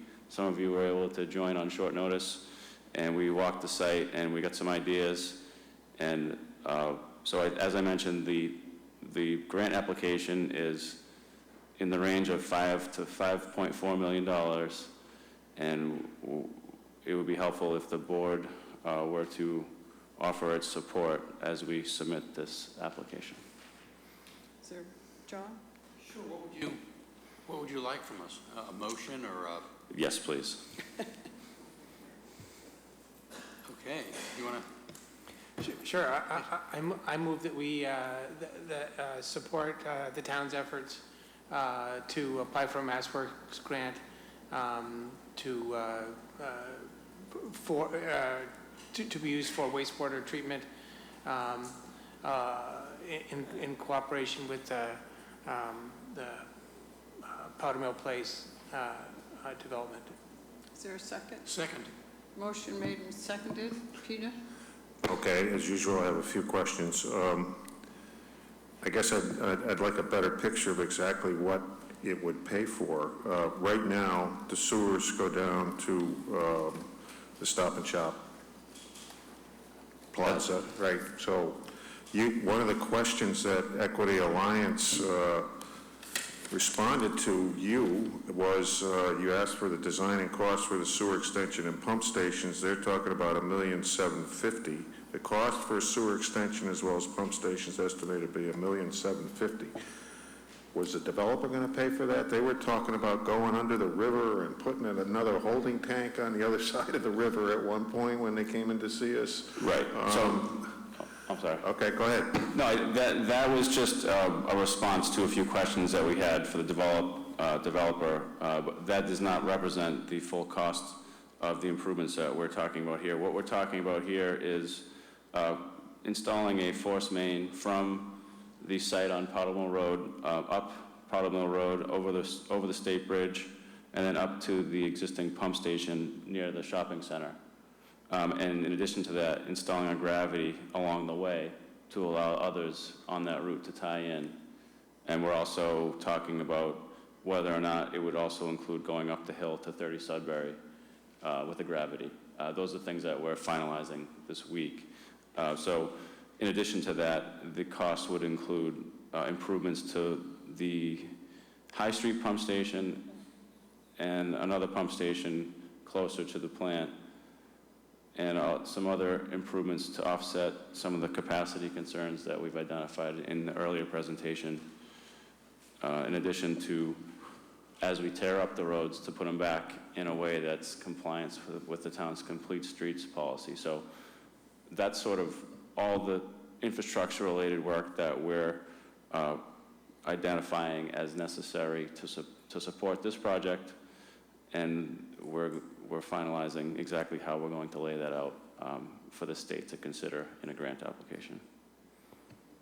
Okay, so is the developer saying in this response to your question that they're putting up $1,750,000 to extend the sewer down to their property, or is this match? No, that was not that was not to be included as anything other than a correspondence to me, just with some ideas on how to, because we started working on this last week and we're really trying to put it together. So that was just an early concept that they pushed forward. As discussed when the board reviewed the LIP application for this project, the first and the second time earlier this year, I will be bringing to you a memorandum of agreement for your consideration once the project is filed with the Board of Appeals that addresses the concerns that were laid out with regards to wastewater, traffic, and other things that the board wants to include in that. So I hope to schedule a meeting with you on that soon. It's just we weren't able to do it before this grant deadline, which is next week, or this week, actually. It's due this week. Okay, I mean, I'm just assuming if it's a development of this size, the developer would have some contribution toward improving infrastructure such as sewers. Oh, absolutely. The success, our success in achieving this grant wouldn't change the obligations that the town would impose on the developer. Okay, great. Thank you. Okay, motion made and seconded. Any further discussion? Tara? Yes, some questions. So would this grant be to build in the capacity only needed by this developer plus a little bit more for the down there, or is this to expand the capacity for the whole, all the sewer districts? The reason I ask is because we're just looking at one area of the existing sewer district, and we're looking at seeing double of the number of houses with just the few parcels that have been built, and it wouldn't have happened if it weren't for sewers. So I'm wondering what the impact will be on building if we invite expansion of the existing plant. I believe the question is this grant going to be used to expand the capacity of the wastewater system outside of Powder Mill? I'm asking, I guess, how much you're talking about expanding it outside of what Powder Mill needs. The focus of this work is actually the pipes and the pump stations. Expanding the capacity of the plant is a project that we discussed earlier that we'll be working on over the next 5 years or so. So this grant doesn't include increasing the capacity of the, whatever it's called, the discharge area, is that correct? We're going to seek support from the state to address many of the issues that we've identified with the wastewater system as it relates to connecting to Powder Mill. And the final form of how the application is crafted, we're still tweaking. If that's a suggestion, I'm happy to bring that forward. Do you have a suggestion? Yeah, I have a suggestion that we only apply for what would be required for Powder Mill and maybe some extra business capacity down there, but not to invite a doubling or tripling of more capacity that we then have to use and then have to approve all the permits that come because we have more supersizing without actually even doing any planning on water and road capacity and everything else. So I guess that's my comment. And then I have another question. So I guess it was to Peter's question. What exactly is this for? So $5 million, and you said it's for pipes in the ground, which I think is a good idea for that area. But I'm wondering how much of the $5 million is for pipes in the ground versus other things? Do you want me to answer that question again? No, I thought you answered it. I did. Okay, thank you. Okay, so one more. Barry Rosen. Can I speak directly, John? Sure. John, the extension of the pipes from Powder Mill Place, I'm not sure how you guys are mapping out, if you know that yet. How many parcels, additional parcels, will that pipe pass? Because the owners of that parcel, the sewer bylaw requires that they, whether they connect or not, they're all subject to betterment fees. What do those parcel owners think about that? Well, the first answer is 12 to 15, maybe 16. Additional parcels would be impacted.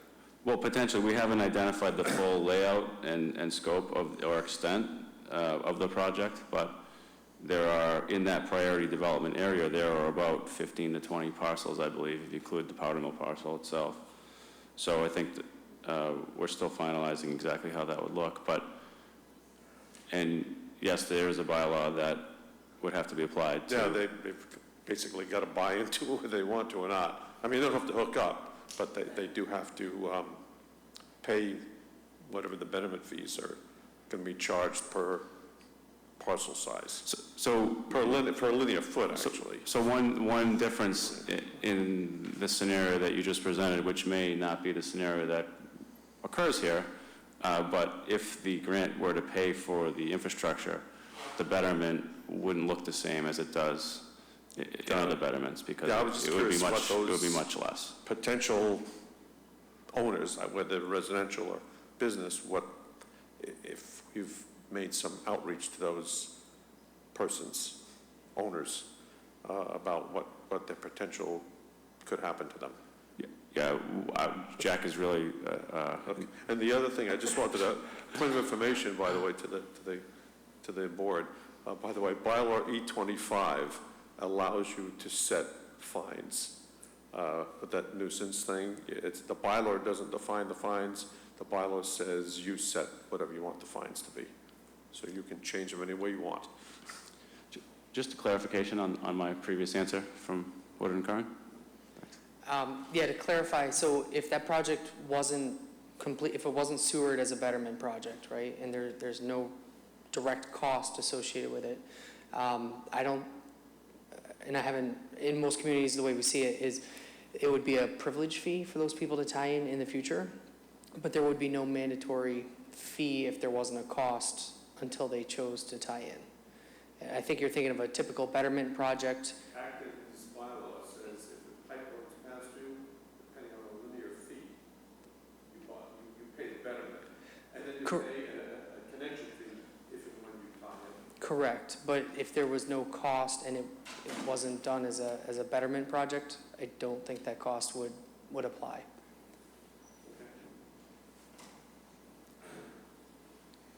Okay. So, where are we? So We had a motion. Oh, yes. And a second. So is there any further discussion? All those in favor? Aye. Anyone opposed? Motion carries. Thank you. Okay, Piper Lane. Madam Chair, I would like to propose a motion. It's fairly lengthy, so I have made some copies for the board, and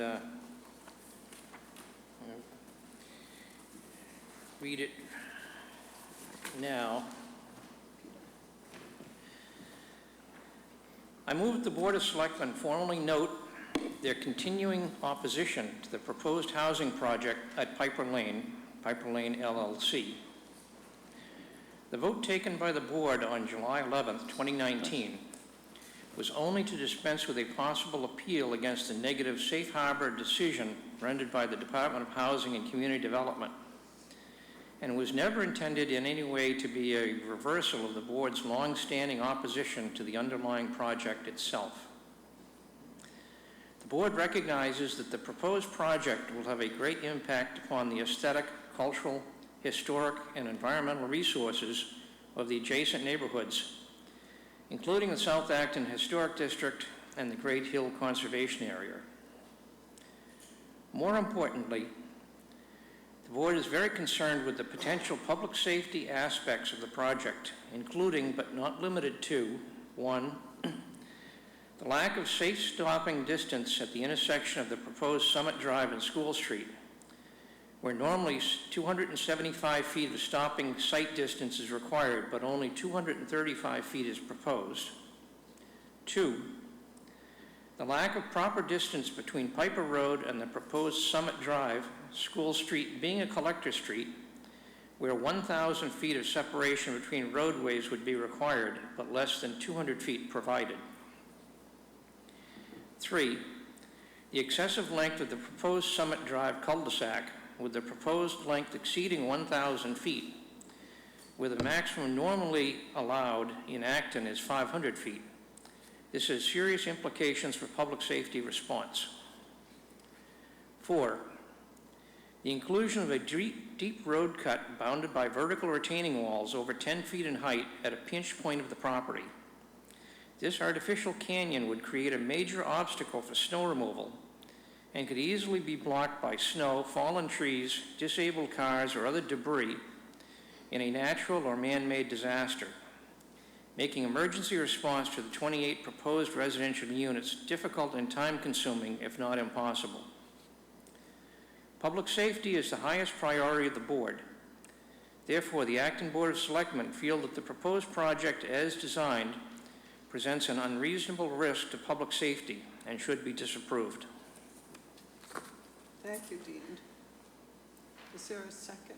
I second the motion. Motion made and seconded. Any further discussion? I think in the last sentence, instead of feels, believes. Selectmen feel? Yes. If we change feel to believe? Okay. Believes? Believes, yeah. Okay. Any further discussion? Yeah, I guess I just have, I mean, I assume all the numbers are correct. I mean, it's my understanding that both the fire chief and the police chief have said this is an okay project. Is that right? I think that the fire department and the police department submitted comments to the Board of Appeals. I think they were more detailed than that. I think that they're going to continue to review the plans as the project goes through the Board of Appeals process.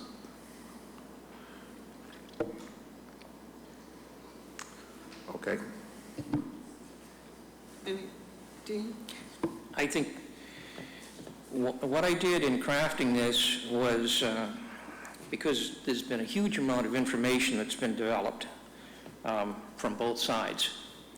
And what I attempted to do was to tease out the numbers that seem to be generally accepted by both sides.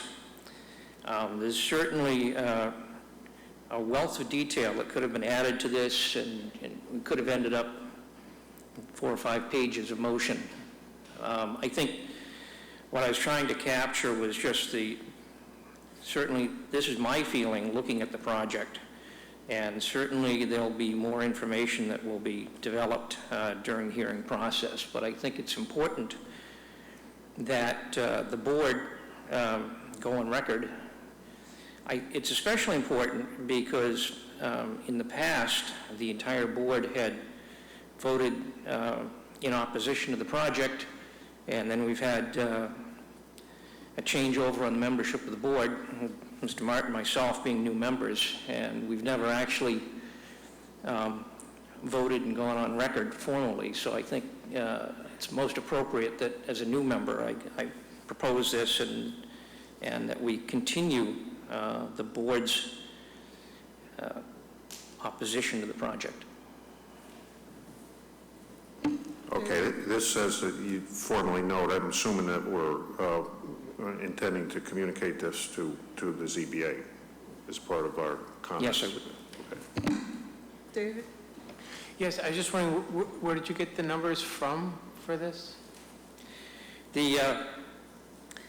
I came up with some of the numbers from the earlier submittals, and then frankly, I was able to get access quite a bit of the information from some of the reviews that have been done by some of the citizen groups, including Santa.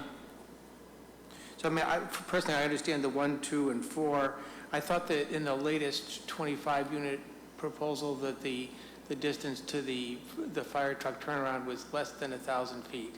I don't remember the distance, but offhand. I could go probably find it in a few minutes, but that's why I just wonder whether it's really, that's really a correct number. The rest of the numbers sound correct from my memory, but they're only from my memory. I could be in error on that number, but I think certainly the distance, even with the revised proposal, is in excess of the 500-foot standard established by the town. So we could certainly amend this again to just note that it's in excess of the 500-foot. Yeah, that would be good, I think, unless you're sure of the 1,000-foot number.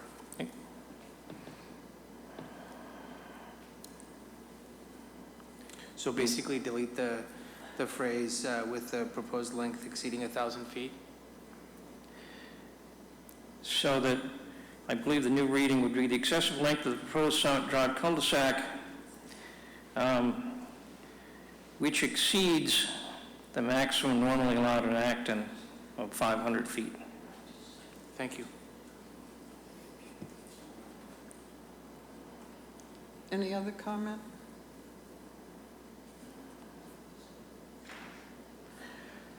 All those in favor? Aye. Aye. Anyone opposed? Motion carries. Thank you, Dean. Thank you very much, Dean. Okay. Oh, you got public comment here. Yes. Hi, David Hahn, 105 School Street. I hate to say that I have all these numbers pounded into my head, but I do. In terms of the road, I would just say, it's really not where the truck turns around. I would just say that the road is in excess of 1,000 feet, which is, beyond the 500 feet, obviously, in the code. So that would be one point. The other is the retaining walls are actually quite a bit taller. If you want to be correct about it, I would say up to approximately 15 feet tall. And as you know, a retaining wall, that's just from where you see it. The retaining walls actually requires a much, much deeper cut to construct it. So it's really, as Ken Kozak said, it's an I-95 bridge abutment. The other thing in regard to the fire and police, they don't look at the things you just cited. They don't look at zoning. They don't look at the zoning code and say whether, it conforms or doesn't conform. So they're not looking at that. They're sort of looking at it operationally. And I'm a little mystified by the fire department comment, actually, because he just said it met CMR 521, which for you guys, I'll just summarize it as, that has nothing to do with site planning. That has to do with whether the buildings themselves meet the fire code, like fire separations between units and things like that. I'm mystified how he can even make that judgment, because you need a full set of working drawings to look at it, and obviously doesn't have that. So I would take we're going to, when it gets before the ZBA, we'll be citing some of the fire and police comments and having our own comments about that. Anyway, what I also want to point out is that this isn't a very unusual 40B, because to my knowledge, there's been about 20 40Bs in Acton. Most of them, as you know, have been lips. This is not. And they've all been on sites that you could pretty much build something on. You can't get the density of a 40B, which is why people do it. But in this case, this is a completely inaccessible site according to the zoning code. In other words, you can't even put a subdivision road there and put 3 or 4 houses, because you can't meet the basic requirements of the subdivision code. So the road is completely illegal except as a 40B. And 40Bs, as you know, are based on waivers. And in this case, all the key waivers involved compromising life safety.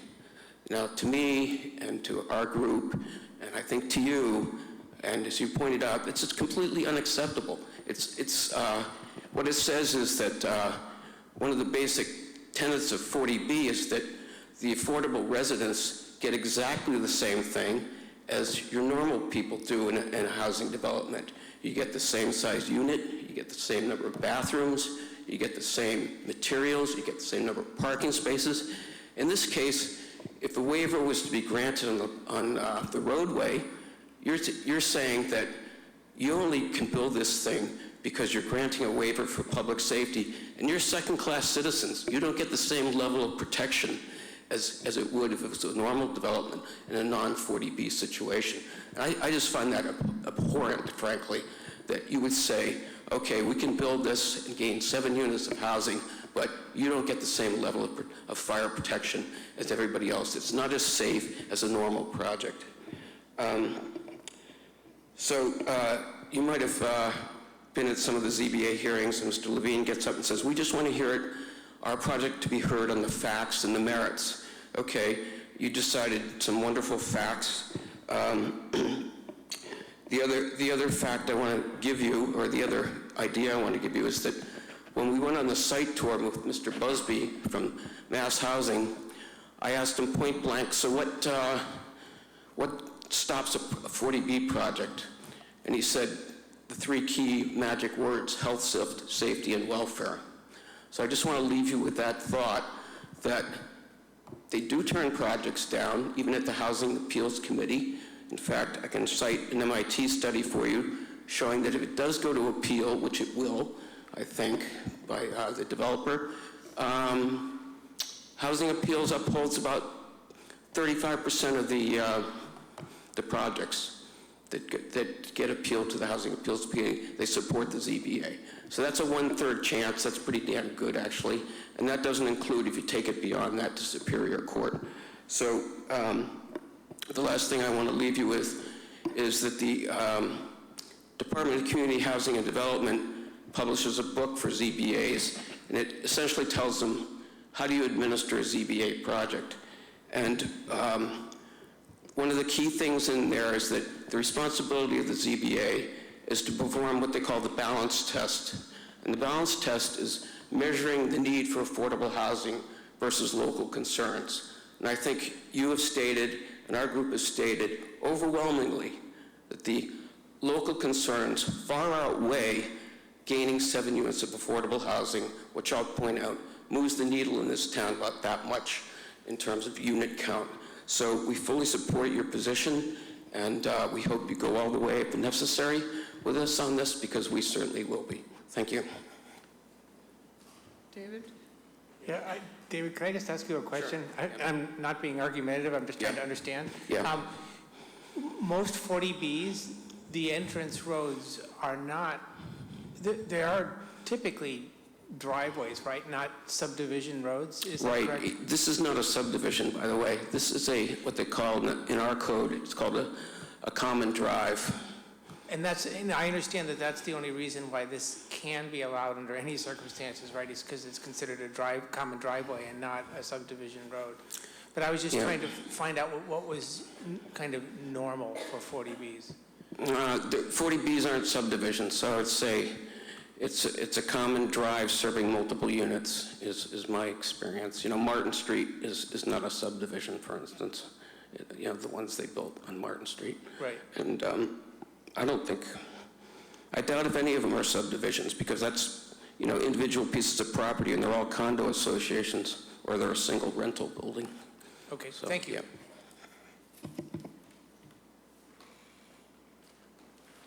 Yeah. Good evening, and thank you for allowing us to make some comments. My name is Barbara Morse, and I live at 8 Piper Road in South Acton. The South Acton Neighborhood Association, SANA, of which I am a member, as are several others here, including David, appreciates the time and the thoughtful attention that the Board of Selectmen have given to this Piper Lane LLC 40B application. Specifically, we acknowledge that your work has been long-standing, including many efforts to meet with your fellow citizens, as well as to reach out to the Massachusetts Housing Authority in a visit to their offices in late 2018. Your deliberations, your letters, and your willingness to be accessible to residents with concerns about this application have been both welcomed and necessary. As the executive board who volunteer their time and give their leadership to the town of Acton, that attitude and that time given is particularly noteworthy and not something that any of us from SANA take for granted. We also acknowledge the work of the Acton Town Committees and the departments to review this application following the mandates that they are authorized to consider. Most of these departments and committees have expressed their objections to the project, and when they have not, they have conditioned their approvals or offered important cautions. Last, while the PEL was granted by the MHA, thereby entitling the applicant to favorable financing terms should the project go forward, SANA's concerns surrounding the project's negative implications, as you have heard David reference, have not abated. To the contrary, they stand in stark relief compared to the reality that can sometimes be suggested by the applicant at meetings that we attend. Following your review this evening, the zoning review process, which began on the 15th of July this year, before the Acton Zoning Board of Appeals, will go forward. The focus will be, we understand, on waivers, specifically on waivers that the applicant seeks. Granting them is essential for this LLC to realize its business proposition, which is namely to complete a densely drawn development of 28 townhouses, 7 units of which will be considered affordable, which will result in, according to the application, a $2 million profit to the developer. So tonight, as SANA and as its spokesperson, among others, it seems fair and timely for us to share with you our own commitment going forward. It is our intention to take our case to whatever endpoint will be necessary and responsible, including any final judicial appeal, if allowed. It is our intention to argue responsibly before the Zoning Board of Appeals, where we will seek a rational consideration of the issues using expert opinion and arguments wherever possible. We will not be there to whine. We will not be there to give personal anecdotes. We will be there in the guise of a neighborhood association, really fearing for the safety of our residents. It is our intention to stay the course and find common ground with those in authority so that the protections we believe must be upheld for the Acton citizens are fully understood and met. It is our intention to seek redress necessary, including any courts, to accomplish our goals. This may involve calling a special town meeting as registered voters, at which time we would place this project as a warrant for that meeting so the citizens beyond ourselves could participate and vote for support or not, including a judicial review.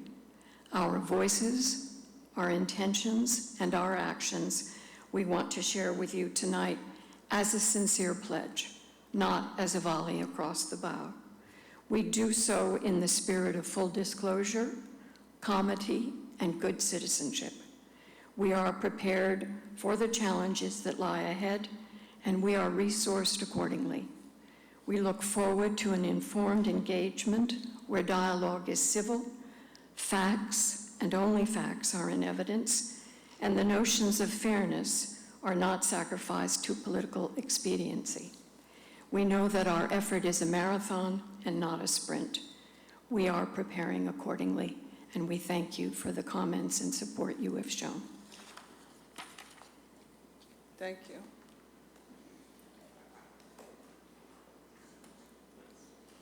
Okay, before I freeze to death, update from the Acton Leadership Group. We met last week. Do you want to? I'll get us started. Thanks. So as every budget process begins, our Acton Leadership Group, comprised of members of the Acton Boxborough School Committee, the Board of Selectmen, and the Finance Committee, have started meeting to discuss the upcoming budget season and also the upcoming special town meeting in December.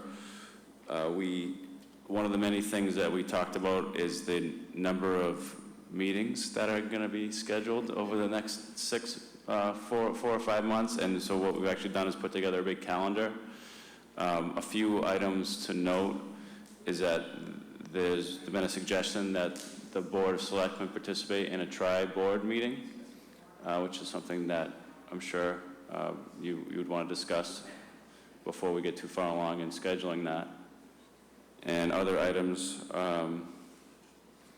This is a meeting with the school committee, the finance committee, and the board of selectmen, not just ALG.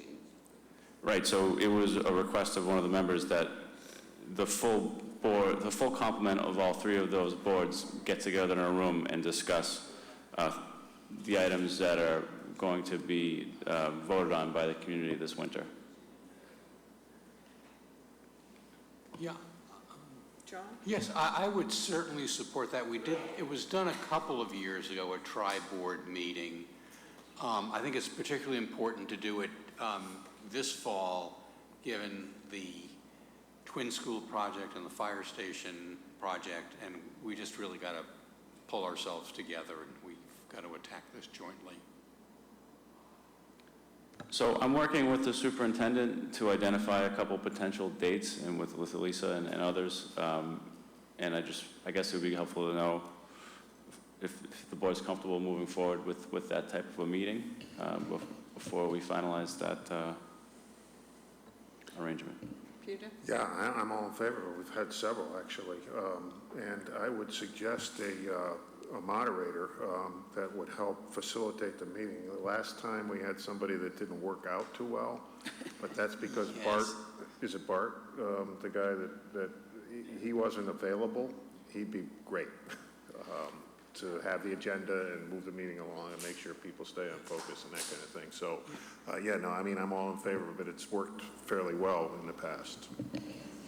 So I'd also like to just say for the record that we got from Steve Barrett our unaudited results of 19 operations. The municipal budget from fiscal year 19, which just closed June 30th, returned $927,000 to reserves based on a total operating budget of $33,837,000. That's a 2.74% turnback. That's good budgeting, and that is good control of expenditures within the budget.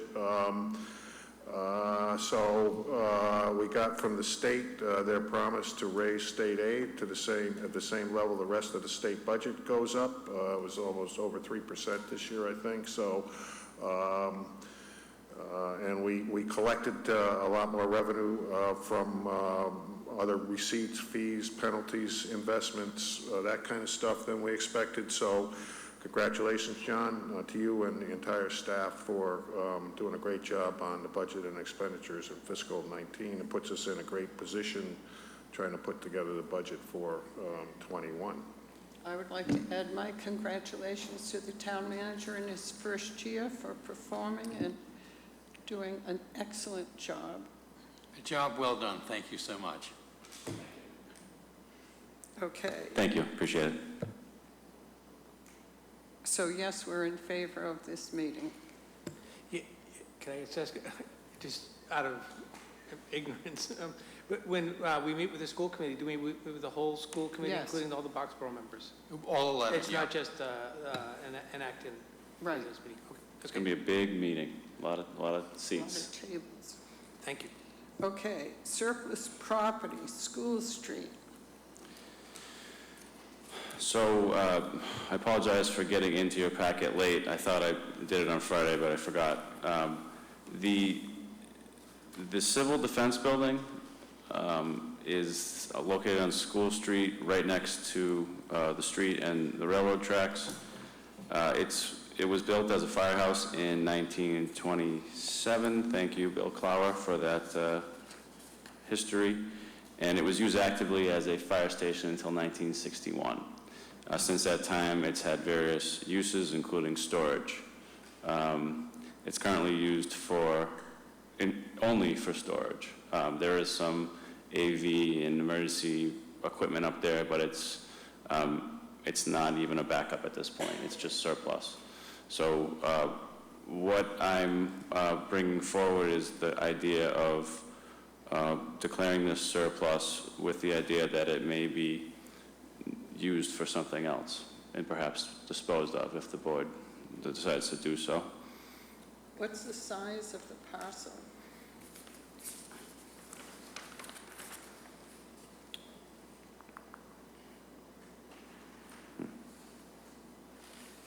drove by today. Couldn't tell. It is, Not very big. No. not very big. The total size of the building is, the footprint of the building is around 900 square feet. So the acreage of the property is, I'm sorry, I'll report that shortly, Okay. as soon as I find it. First page at the bottom. Let's see. Total land area, no, 0.11 acres, a tenth of an acre. Thank you.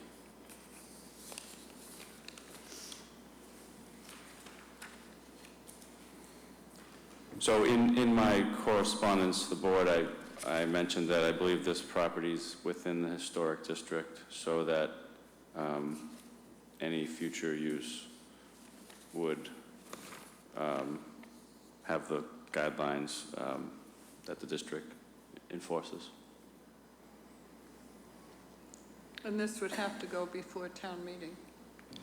So in order to dispose of a property, yes, it requires 2/3 vote at a town meeting.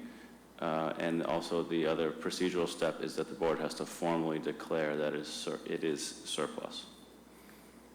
And then the options are an RFP, a request for proposals, could be crafted to achieve a specific goal of the town, or it could just be a bid and just say, what's the best price? So there is some flexibility if the town decides to move forward with that. Madam Chairman? Yes. Yeah, I think I actually operated out of this building for a number of years when it was a tree department. It's very small. The real problem fitting any kind of a commercial vehicle inside it. We ended up having to fold the mirrors in and out to get in and out of it. There's no parking area around it. It's pretty limited. That said, it is kind of an iconic structure for South Acton Square. And I would hate to see it be demolished, and that's probably not possible anyway because it is in the historic district. I think it would make a great parcel that if we could find a developer to reuse it for some purpose that would support the historic district. I mean, a small-scale shop. It is on the sewer system, small-scale cafe, obviously some sort of a walk-up sort of thing. I think it could be a nice support to the village district. I've seen some pretty interesting reuses of old fire stations in other towns. I know there's a great one down in Needham, for instance. So I would certainly favor declaring it surplus. I can't see that there's really any valid municipal use for it. We wrestled with that for years. And I think that it should go out with an RFP so that we have some control over exactly how it's going to get used. We don't want it to end up looking like, just a vacant piece of disreputable property that somebody's going to buy cheaply. I think it's important that we maintain some kind of control through an RFP process. Peter? I always thought there was civil defense in there. I tried to do some research on civil defense laws at one point. It's impossible. They're all special acts. I mean, does civil defense even exist anymore, or is that just a holdover from the Cold War? I can look into that. It hasn't come across my desk yet. Okay, so we don't have any actual people that do civil defense, as far as you know. Not that I'm aware of. Is there any discussion that is going on? I know that the old Volkswagen place is, got a fence around it. The town tried to acquire the property between the parking lot and the civil defense building at one point, and the owner's kind of hard to deal with, and so I don't think he was willing to sell, but is there any talk about development going on along that stretch of School Street there by private developers? So we've been in touch with a few people that owned or used to own that parcel, and they had ideas that they were looking to bring forward, and I'm not sure exactly the status of those ideas at this point, but I think that having this parcel available would certainly help anyone who is trying to do something there. So is there a motion? Could I ask one more question? Is the sequence then, if we did this, that we declare it surplus, which leaves it open for you to see if there's, either to put out an RFP or other opportunities, and then if someone puts in a proposal, then it would go to town meeting and requiring a 2/3 vote to sell it to them? So I think the order, I think we would have to decide that. I think so first, you could declare it surplus tonight. And if you did that, then we could start working on what an RFP would look like. And we could, like we did with the Main Street property, where the Housing Authority responded to a request for information, presented ideas to the town, and the town used those ideas to bring forward a request at town meeting to authorize disposal for that use. We could follow that same model for this property, or we could seek authorization to dispose of it based on the terms and conditions as determined by the Board of Selectmen. So I think those are the two main options. But either way, we'd be happy to start working on it this year, so that it could be brought forward soon if that's the board's intent. So tonight, you're only asking us to declare it surplus. Yes, I put together a draft motion for you to consider.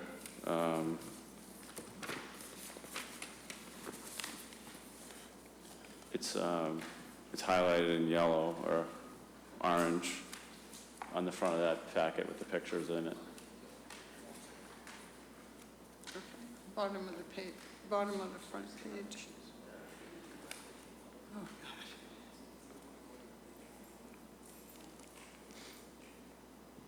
God. Okay. David Hahn, 105 School Street. I'll speak as HDC chair because just a little background on this parcel and the ones next to it. John and I and Selby and a developer named John Perkins, that's his name, right? John. We've met at least once, maybe twice, to discuss that whole group of properties along there, starting with the Civil Defense Building, and then the property next to it of about 10, 11,000 square feet. That's an empty lot. That was owned by Dan Perazzo, and he was a little bit difficult to deal with. He sold it to his friend, John Perkins, this developer. So he now owns it, and he's expressed interest in the Civil Defense Building as being some kind of thing he can develop jointly together. We also talked about the parking lot that the town owns, and from an urban design standpoint, that parking lot is like a missing tooth. You want to have building, sweeping across that whole site, and the parking really belongs, in the railroad tracks behind. There's about 25 commuter rail spaces there. So we talked about the town maybe swapping out or, finding a way for the town to put the parking along the tracks, and any new development, you'd park in the back. So from School Street, you only see buildings. And then the School Street garage parcel is owned by a developer named David Vio, who bought it and was going to, he came to the HDC and wanted to rip it down. We wouldn't let him do it. So he's now sold it or is in the process of selling it. So what we're hoping sort of for South Acton in general, in that part of South Acton, is to get all these parties together on the same page and be able to develop the thing from all the way from the School Street garage to the Civil Defense Building and hide all the parking in the back, or underneath the building like, Village Works, where it's the perfect site for that because it drops off like that to the tracks, so you can build it street level, park underneath, and park by the tracks. So, but that's what's been going on for about at least a year now with a couple meetings. As the HDC, I don't think we have a problem with it being surplus. We won't, I can tell you right now, we wouldn't approve a demo permit. We're hoping someone comes up with a good use for it, and I think the person who owns the lot next to it has expressed quite a bit of interest in it, so.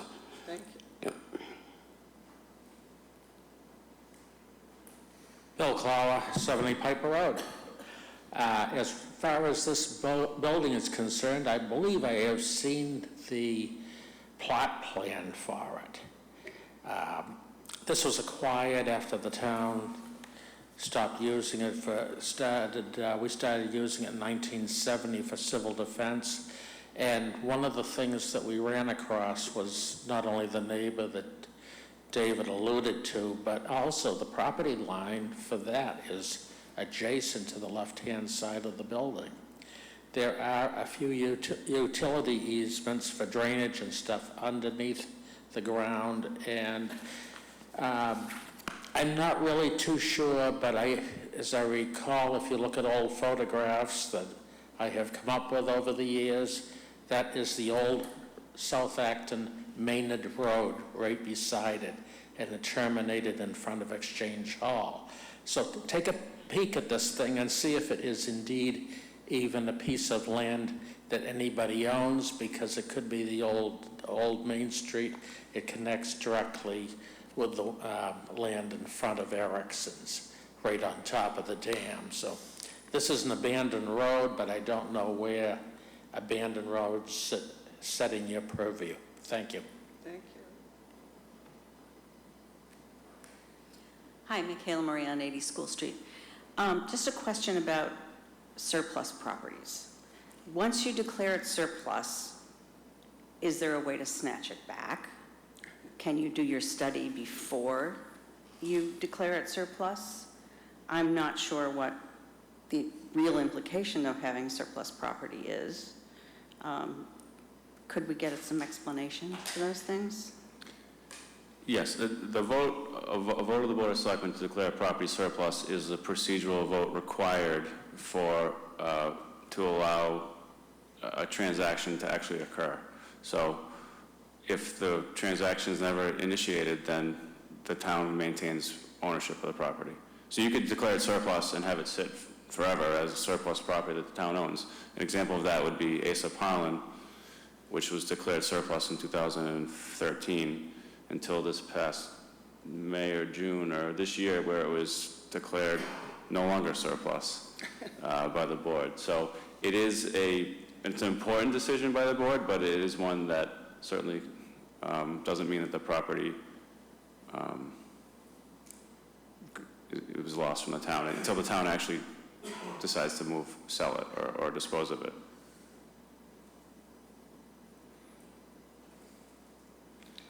Is there another question? Yes. Ladies and gentlemen of the Board of Selectmen and Mr. Chairman, please regard this as a call for emergency attention. This afternoon, I went in the parking lot. There's a dumpster and special attention towards the Asha Palia House historic site. And there are parts and bits from the interior furnishment of the Asha Palia House put into the dumpster. And recently I had a meeting and submitted proposals, letters towards the Historical Commission, Historical District Committee regarding the restoration project. There are found appropriate recently towards that project. And I suggest those parts of original building be kept for restoration considerations because they're important in our regards and because the funding is limited, and we would like those to be saved where the project is planned. If they're left outdoors, when there's rain, it will be soaked and the quality will be damaged. If the board can arrange appropriate restoration remedies, we would be appreciate. Thank you very much. My name's Xiao from Individual Divine Art for Interior Decoration. Thank you. Thank you. John? So I'm happy to address that comment. It's not actually about School Street, it's about Asa Parlin. As I mentioned at the start of the meeting, the process of abating the hazardous building materials started yesterday or today, I guess. And part of that process is removing any, I don't believe there's any furniture besides some old bed frames maybe, but anything that's in the building is being removed to facilitate the removal of the wallboard and the plaster and the sheet flooring and all the things that need to be taken out of the structure to make it safe for us to use in the future. I think she's just asking, well, I mean, you're saying that it's nothing that's worth saving, basically. She's asking that it be protected. I mean, is there antique furniture there? Is that what I'm hearing? Something loose interior infrastructure and some like the cabinet, doors and walls. It's very rare kind of wood. If we need to restore the original beauty, we need those parts. Even broken parts we can restore and repair in order to make interior decoration inside. Can we just let her have them? Just let her take them? We'll take a look. I'll take a look tomorrow to see what is salvageable. But if it's containing hazardous materials or the remnants or the dust, then I'm not sure it's something that we can handle. David? Yeah, also, I believe some parts of the building were not original, right? Some parts of the building were relatively recent interior restoration, and so those pieces are not historical. But they might be salvageable. I encourage you to let her take them if she'd like. Okay, John will take a look at it. I also spoke to the chambers because there are foundings and we can have a special remedy to accumulate and do fundraising, gradually restore the site instead of doing overnight. It's a beauty and it has been there for 20 years. The first day I'm in this town, it was like that. And I talked to Dickinson, the chairman of Historical Commission. I said, I'm an entrepreneur, artist. I'm willing to take the time, effort to make the restoration an effort of my individual so provide a contribution towards the community, because it's been there and everyone's passing by day in, day out, and it's sharing the same parking lot of the town hall and library. I believe it represents something insignificant but historically treasurable. Thank you. Thank you. Well, okay, I mean, would you be willing, can you meet, or, I mean, I'm not sure I understand exactly what the issue is, but is it possible to meet on the site or, and go through this issue with the, I mean, you're saying you can do things with what's there, right? You're an artist, is that? Yes. Okay. I'm an artist. My son learned some carpentry, and I think that building is rescuable for office, not for dwelling. All right. Why don't you set up an appointment with John? Oh, yeah. Okay, where are we now? We're back to surplus property on School Street. Can I go ahead and make a motion? Sure. I move that we declare the 3 School Street property and building surplus. Is there a second? Second. Okay, motion made and seconded. All those in favor? Aye. All All right, motion carries. Is there a motion? Move to adjourn. Is there a second? All those in favor? Aye. Oh, God, I'm frozen to death. That motion is satisfying.